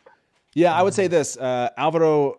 I think we did notice that, which was you had to have Rosamund or Alvaro in this cold open to really, I think, bring it home. Yeah. So I do like that they had Moiraine in that clip, because you need to be like, oh, there's Rosamund. She's there again. She's taking us somewhere. I can't wait to see her. I do like, though, that Rosamund, when she walks into the inn as the first time you meet her, I can't explain. I've watched this cut now like 4 or 5 times. It just happens every single time. You're just like, there's Moiraine. And it's the first time you've seen her, and it just works extremely well. So, Hey, Anas, thank you very much for waiting for this and for calling in. Let me ask you this. What should be our next poll that we ask chat? By the way, did you like meeting Logain this early in season 1? Love it. Like it, meh. 61% loved it, 26% liked it, and 30% of you were like, meh. Okay. There's 13% in chat. They're like, it was okay. I think you maybe preferred kind of what we got and where that was at, is my guess. Anas, is there a poll that I should poll our chat with before you leave? Really, nothing's coming to mind. See, I'm putting you all on this. See how difficult it is to come up with a random poll? I'm thinking, something with taint puppets, but Oh, taint puppet poll. Okay. I'm going to give that to, I'm going to throw that over to Nablus. Give me a taint puppet poll here, Nablus. Hey, Anas, thank you very much for calling in, man. We'll talk to you soon, okay? All right. See ya. Goodbye. Yep. Bye-bye. Okay, everybody. Last caller coming in, unboxing this leather work and giving away 2 mugs here. Before we go into the next caller really quick, can I talk about, am I allowed to talk about like the next part, like a little bit of? Yes. So let's bring our next caller in, and then we'll tell you what's coming up next. We're going to tell you what you're going to see next, and you can, speak to that, Taylor. Let's have our last caller. They've just been waiting a long time, so let's bring them in first here. Hey, welcome to the Dusty Wheel. Who's this? Hello. Hello. Can you hear us? Yes, I am hearing you. Are you hearing me? We are. Who's this? My name is Shalene. Shalene? Is that your name? Shalene. Okay, Shalene. What? I just want to say I'm a big fan of both you and the Nablus. I just got I started on the 3rd episode. My sister got me. We didn't listen to the books or anything. We didn't know nothing about the series. Awesome. And then we got we watched the first 3. We didn't know about it when it started out. So we watched the 3 episodes back to back, and then we got hooked. Okay, so are you on episode? You're on episode 3. Oh, sorry. Go ahead. We watched the first. We didn't know anything about the book.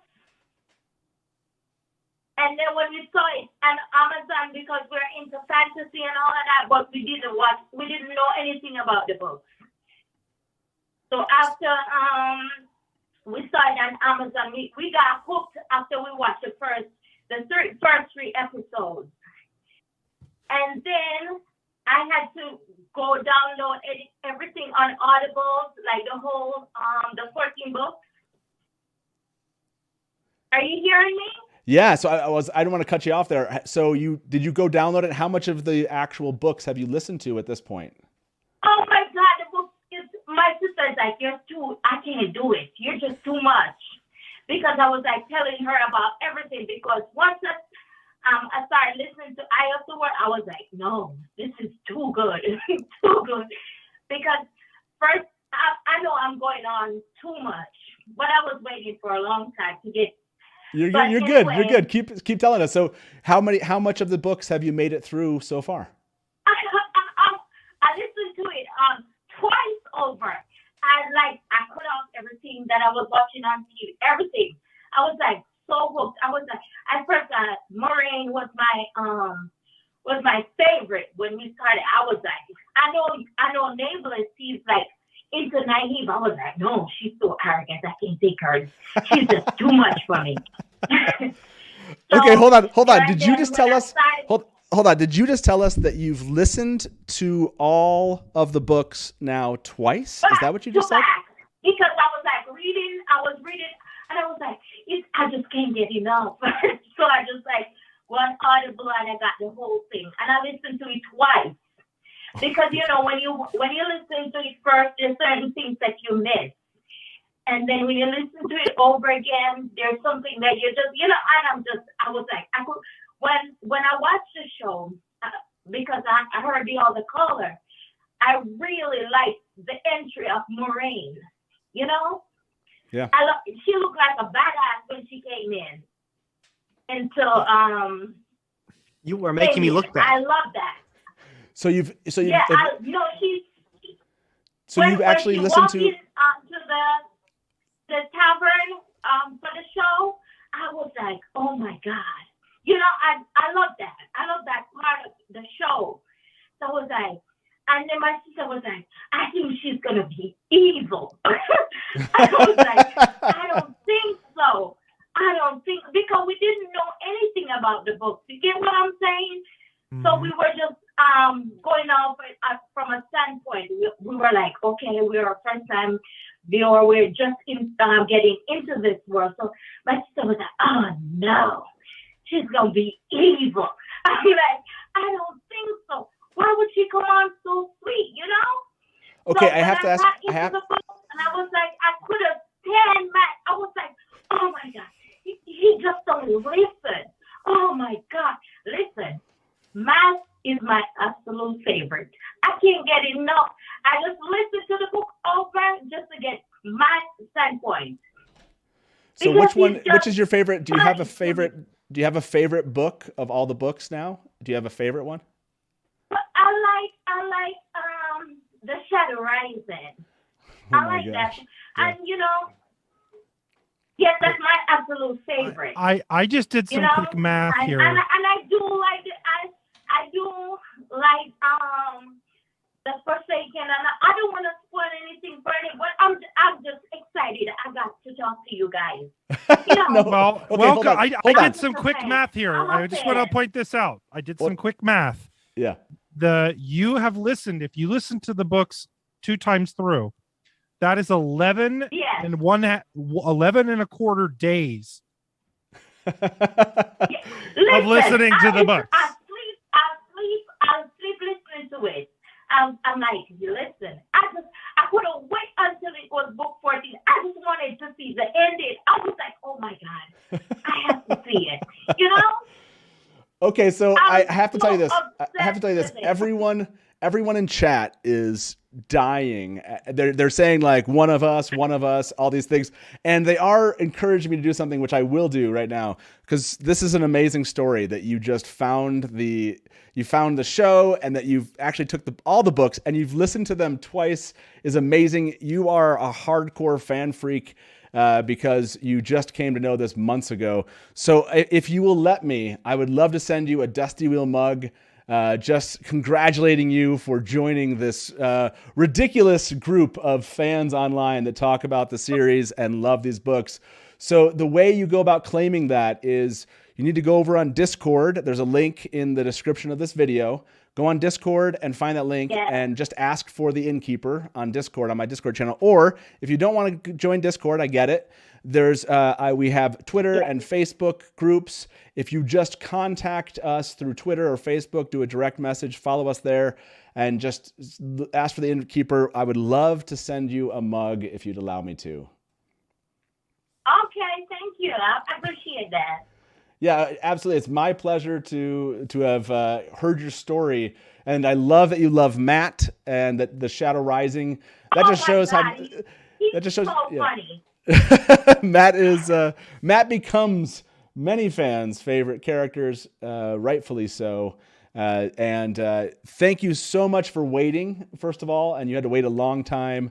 And thank you so much for sharing that Yes, story. And I hope that this will not be the last time you call in.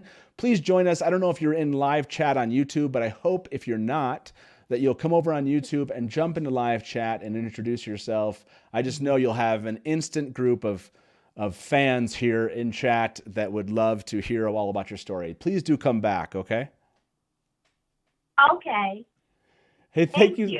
Yes, thank you so much again. And like I said, if you want that mug, please just get a hold of me through social media or on Discord. But welcome to Wheel of Time fandom. So glad that you found the show and that you've loved the books. And we can't wait to see you here back on the show again in the future. All right. Have a great night, guys. You too. Bye-bye. Bye-bye. I love it. I love the Taylor. I like how Taylor's like, you actually, what did you say? You're making me look bad? Yeah, making me look terrible, actually. Goodness gracious. So how many times have you read the series now, Taylor, after? Actually, 4 times. Yeah, I've been through it 4 times. I think you're lying now. Oh my gosh. Well, I wasn't lying before. By the way, the poll that I asked while she was speaking, would you go to a Taint Puppet show, courtesy of Nameless? Apparently 60% of you would go to a Taint Puppet show. Okay, Taylor, why don't you kind of speak to everybody? I know everyone's like, open the box already. We're going to get to it. I know this is how these things go. We're going to give away mugs and open the box at the very end. You have to endure this last piece of the show, which is Taylor telling us you wanted to share a little bit about what's coming up next on the Dusty Wheel Cut.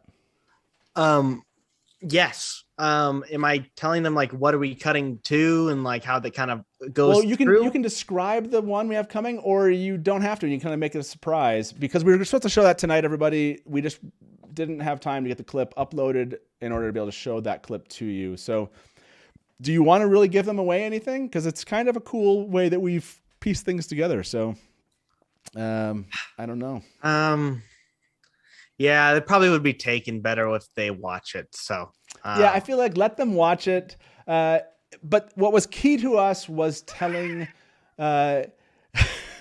was actually making the intro and the cold open that we did work with the introduction of people in the Two Rivers. And so, can we not talk about how it? Sorry, I totally interrupted you. My bad. No, I was gonna say. So that is what you're gonna see is how we took the Two Rivers and how we kind of pieced that together in a way that we thought really fit the intro and cold open. We think you'll like it. So that's I'll stop there. Are you okay with that, Taylor? Do you want me to? Yeah, we can stop there. I was just gonna say 2 things. First thing was something, and then I forgot it because I kept reading Nables's freaking comments. What was it? You can't be reading. Nablus is like, he's in chat, and that I can't do it. Like it's gone now, but I had it. He ruined it. Okay, everybody. Oh no, the thing at the end of episode 1. Can we not talk about that? Like how it wraps around? Do you want people to find that? No, I want people to go watch it. Watch the very end of this clip of the cold open, and then immediately jump. Everyone can go to Amazon if you have an Amazon account. Go watch how episode 1 ends as Rand walks into town. And you will see why we both got the chills at the end of using the cold open here. And let them run into that. Okay. I think last thing was I will fight to the death about all my changes. Correct. And spoken like a true. Let's open this box. Okay, here we go. We're gonna unbox everything, people. And then, like I said, after we unbox this, I'm gonna take you both off the screen for everyone here. And I still think you'll still see everything. So. Here we go. Trian, you're amazing. Trian, oh, wow, you just came in here. Nice. Well, you took me off, so I was like... I'm trying to not show our address, so I'm trying not to... Not that any of you would send us anything bad. It's just... Okay. Oh, I totally would. Yes, I know you would, so... Okay, I don't want to cut you there. Okay, here we go, everybody. You are watching this live. What insanity and crazy stuff did Trian send? Oh my gosh. Look at this, man. Oh, I don't know if you can see that. It's like a leather pouch with the Wheel of Time logo at the top. Wow, that's so cool. Oh my gosh. Wow. Yeah, it's just, and it has, I don't know if you can't see it, but there's the Wheel of Time map underneath this. Wow. That is so freaking cool. I don't even know if you can get that close up to the camera in a way that it'll focus on it. I'd have to refocus it. Okay. So, yeah, so I will try to kind of like show that out there a little bit. Very, very cool piece. Oh my gosh. Yeah. This is like another one, but just kind of a cooler, kind of round version of this. Again, different color. You got the nice little handle. I don't know what you call that.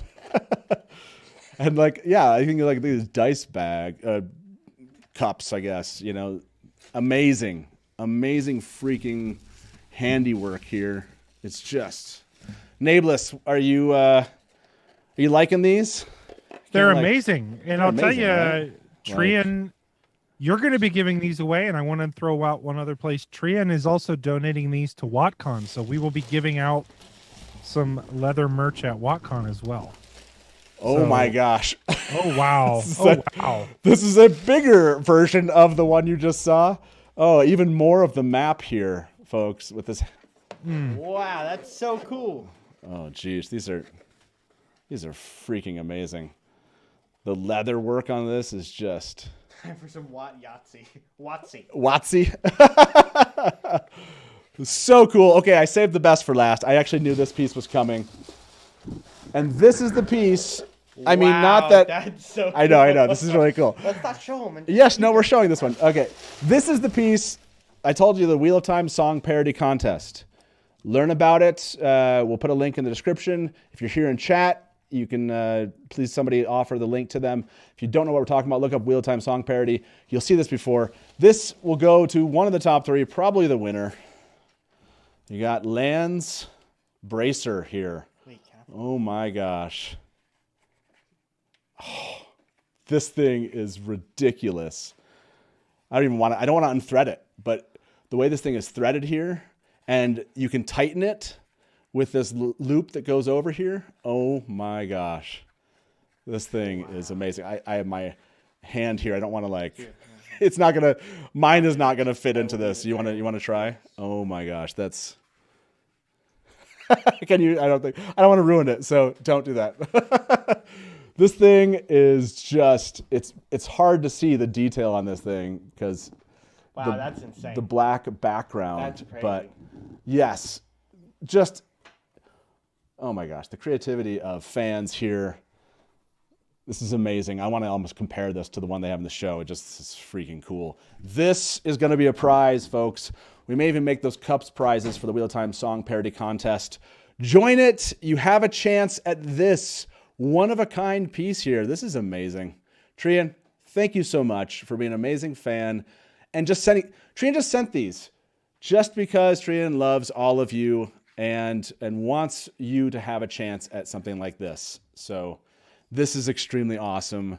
These are amazing. Which of those is your favorite, Nameless? I mean, it's hard to beat that bracer. Yeah, the bracer is just ridiculous. I mean, that's ridiculously awesome. I can't. So cool. I mean, this is why you should enter the WoT Song Parody Challenge. Yeah. To win that, this is why you should attend WoTCon so you can get free stuff like this. Yeah, Trian is awesome. By the way, all of you can join the WoT Song Parody Contest. And I saw the link. Thank you very much. You have 2 more weeks to join us for this. The people will probably start asking us to take you guys off the screen so they can stare at this leather work, which I would totally understand. But yeah, that bracer is just amazing. Yeah, did you want to say something? I was going to answer a couple questions in the chat. Trian, at this point, guys, I would not try to hit Trian up. Trian does not sell this stuff.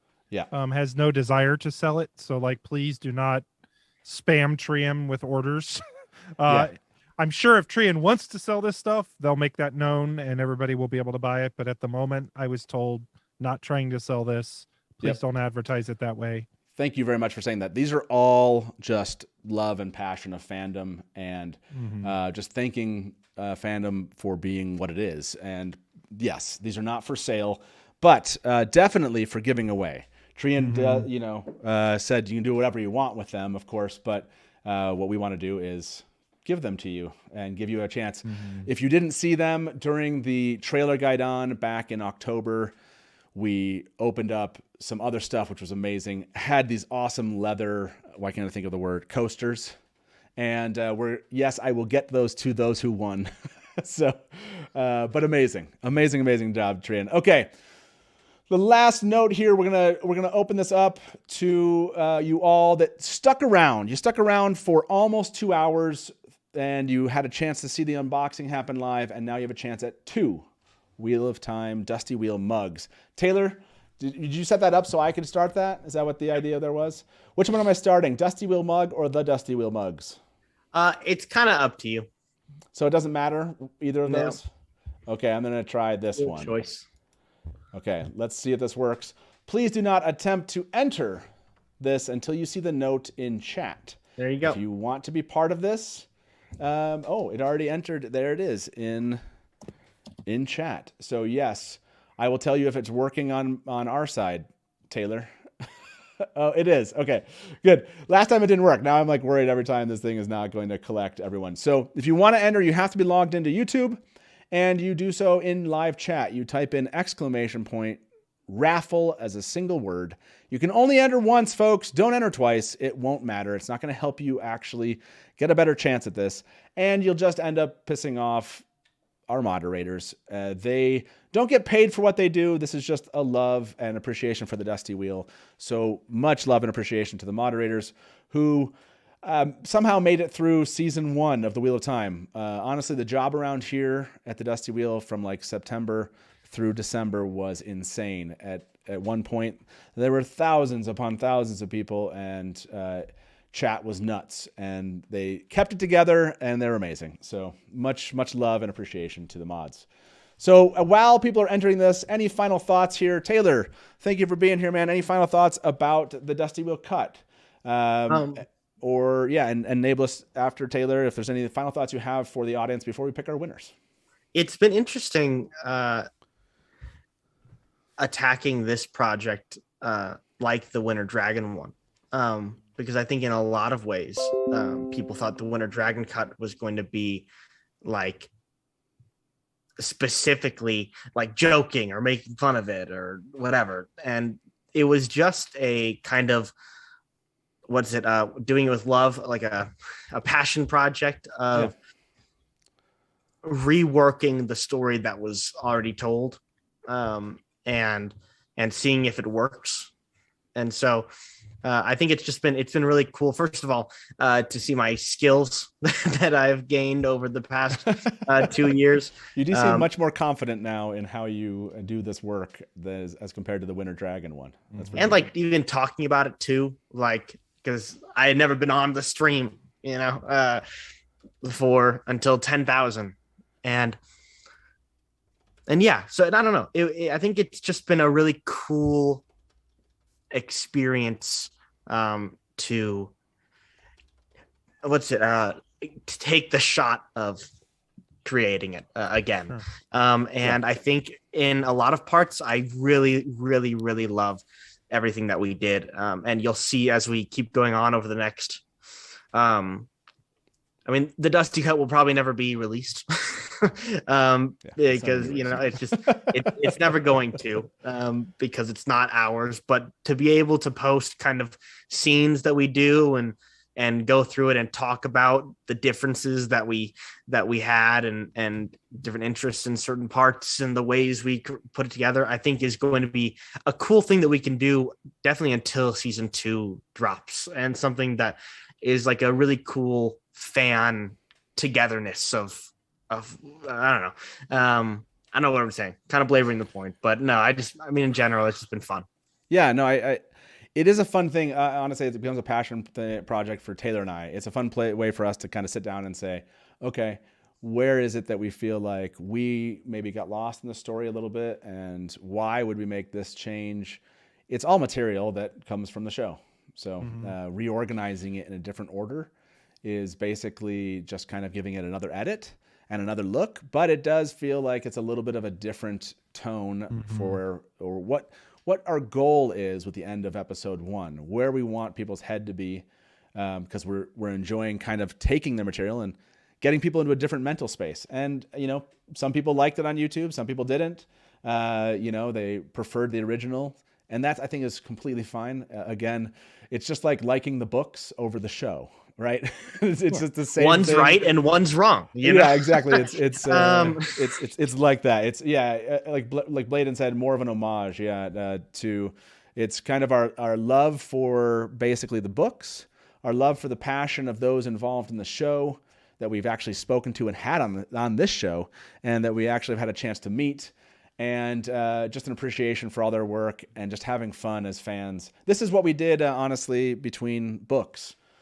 We spent our time, just having fun with the material that we were given, whether or not it was writing theories or fan fiction, all about the stuff that we had from Robert Jordan. Same kind of thing here. So it's been a blast to do that. Nablus, any final thoughts? And we'll pick 2 winners here. Just we go. only final thought is a question for Taylor. Okay. Will Daniel Henney's butt make the Dusty cut? That was probably the second thing I cut out. I'm boycotting the Dusty cut. Taylor, you remember how you were like really kind of like you weren't admitting to reading the books? This was a time to hold the line, man. You know how many people are going to boycott your cut if you tell people they don't get that scene? You did a great job. So that's my final take is, Taylor, you did wonderful. Thank you. For somebody who's never read the books. Maybe. Okay. Someone who has maybe never read the books. And welcome to those. This is the first time you've been in chat. I've seen a couple of you. This is your first Dusty Wheel episode. This was definitely a great one to jump in on. If you do want to join us afterwards in Discord, you can. Some of us get together there and just chat about this and just about life. Make sure you read the rules really closely. It's really meant to be a place. You're entering the hatch home, if you will, when you go to our Discord channel. And we do expect a certain amount of a modicum of decency and respect there that you might not have to have in other Discord channels or other places you talk to people online. So, but yeah, if you want to give us a shot, jump over on Discord afterwards. People will point you in the right direction. And with that, let me pick 2 winners tonight. If I can remember where to do that at. Taylor, where do I do that? Oh, yeah, it's over here. I just click close entry, right? Yep. Okay. See, Taylor normally does all this stuff for me, folks. That's just how it is normally. So thank you very much. It's awesome to see a lot of you old-timers back here in chat with us. And our first winner is Bladen Stormchild. Bladen, thank you very much. I think I saw Bladen show up really early for this. Bladen, congratulations. You won the first of 2 Dusty Wheel mugs tonight. Go ahead and find us on Discord or on social media. Reach out to us there. Just find the Innkeeper, and we will make sure that this gets to you. By the way, this can take 4 to 8 weeks. Just depends on when Zazzle has a sale, because I take advantage of those sales and mass purchase these things. So the last one I did was like back in January. So those of you that have won something in February or March, you're still waiting. So soon, I promise you will, as soon as I see a sale. Okay. Our second and final winner tonight is David Lohman.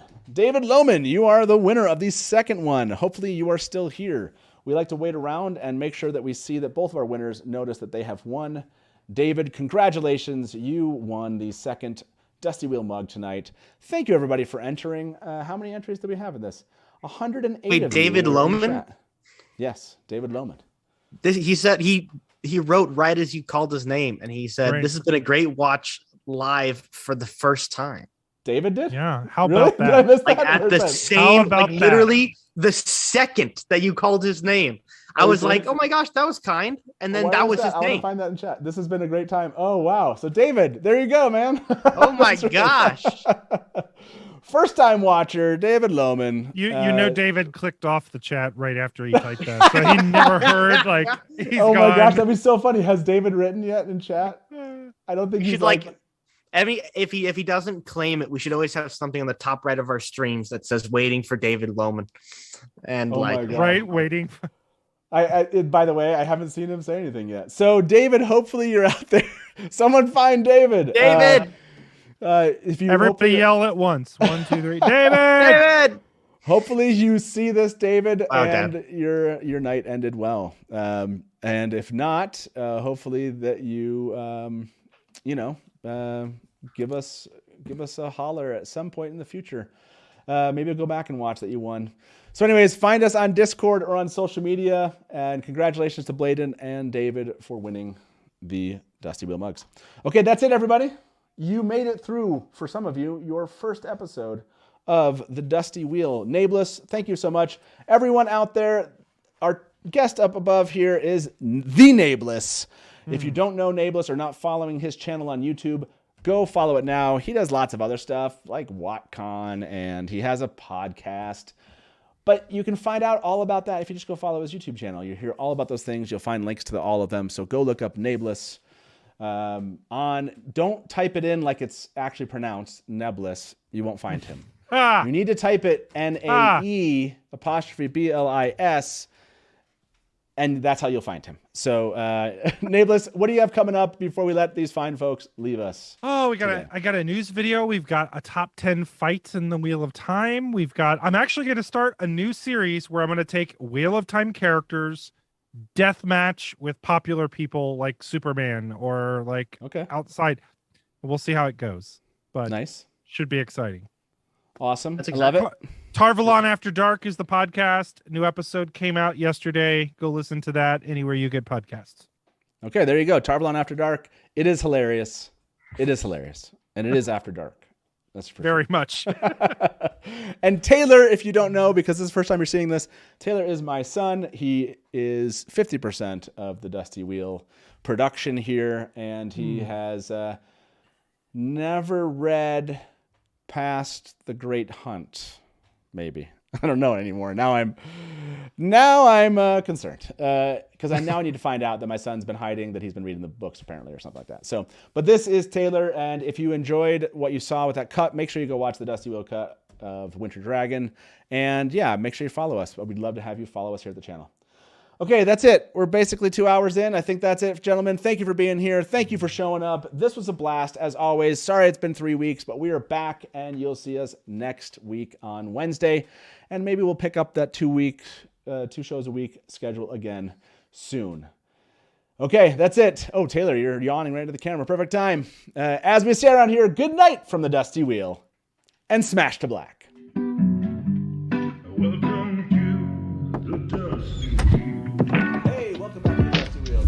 You went right to kill it. Look at you, you're all ready. You're just done. I mean, this is like, this is really well.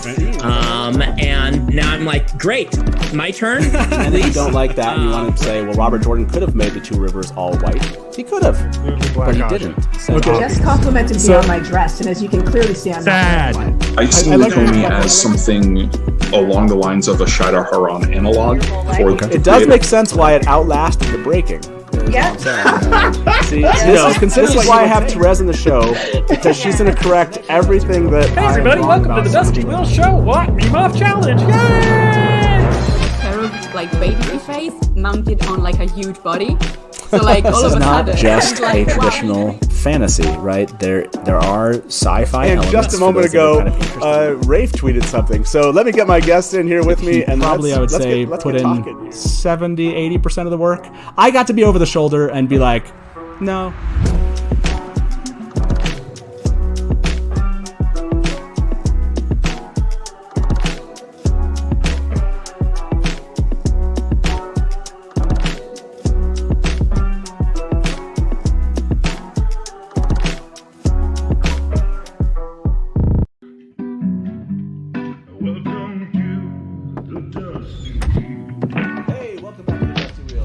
You went right to kill it. Look at you, you're all ready. You're just done. I mean, this is like, this is really well. And now I'm like, great, my turn. And if you don't like that and you want to say, well, Robert Jordan could have made the two rivers all white.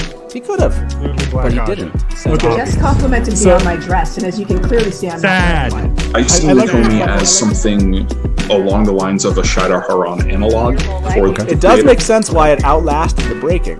is Yeah. what I'm saying. See, No, this is why I have Therese in the show, because she's going to correct everything that Hey everybody, welcome to the Dusty Will Show. What? Meme Off Challenge. Yay!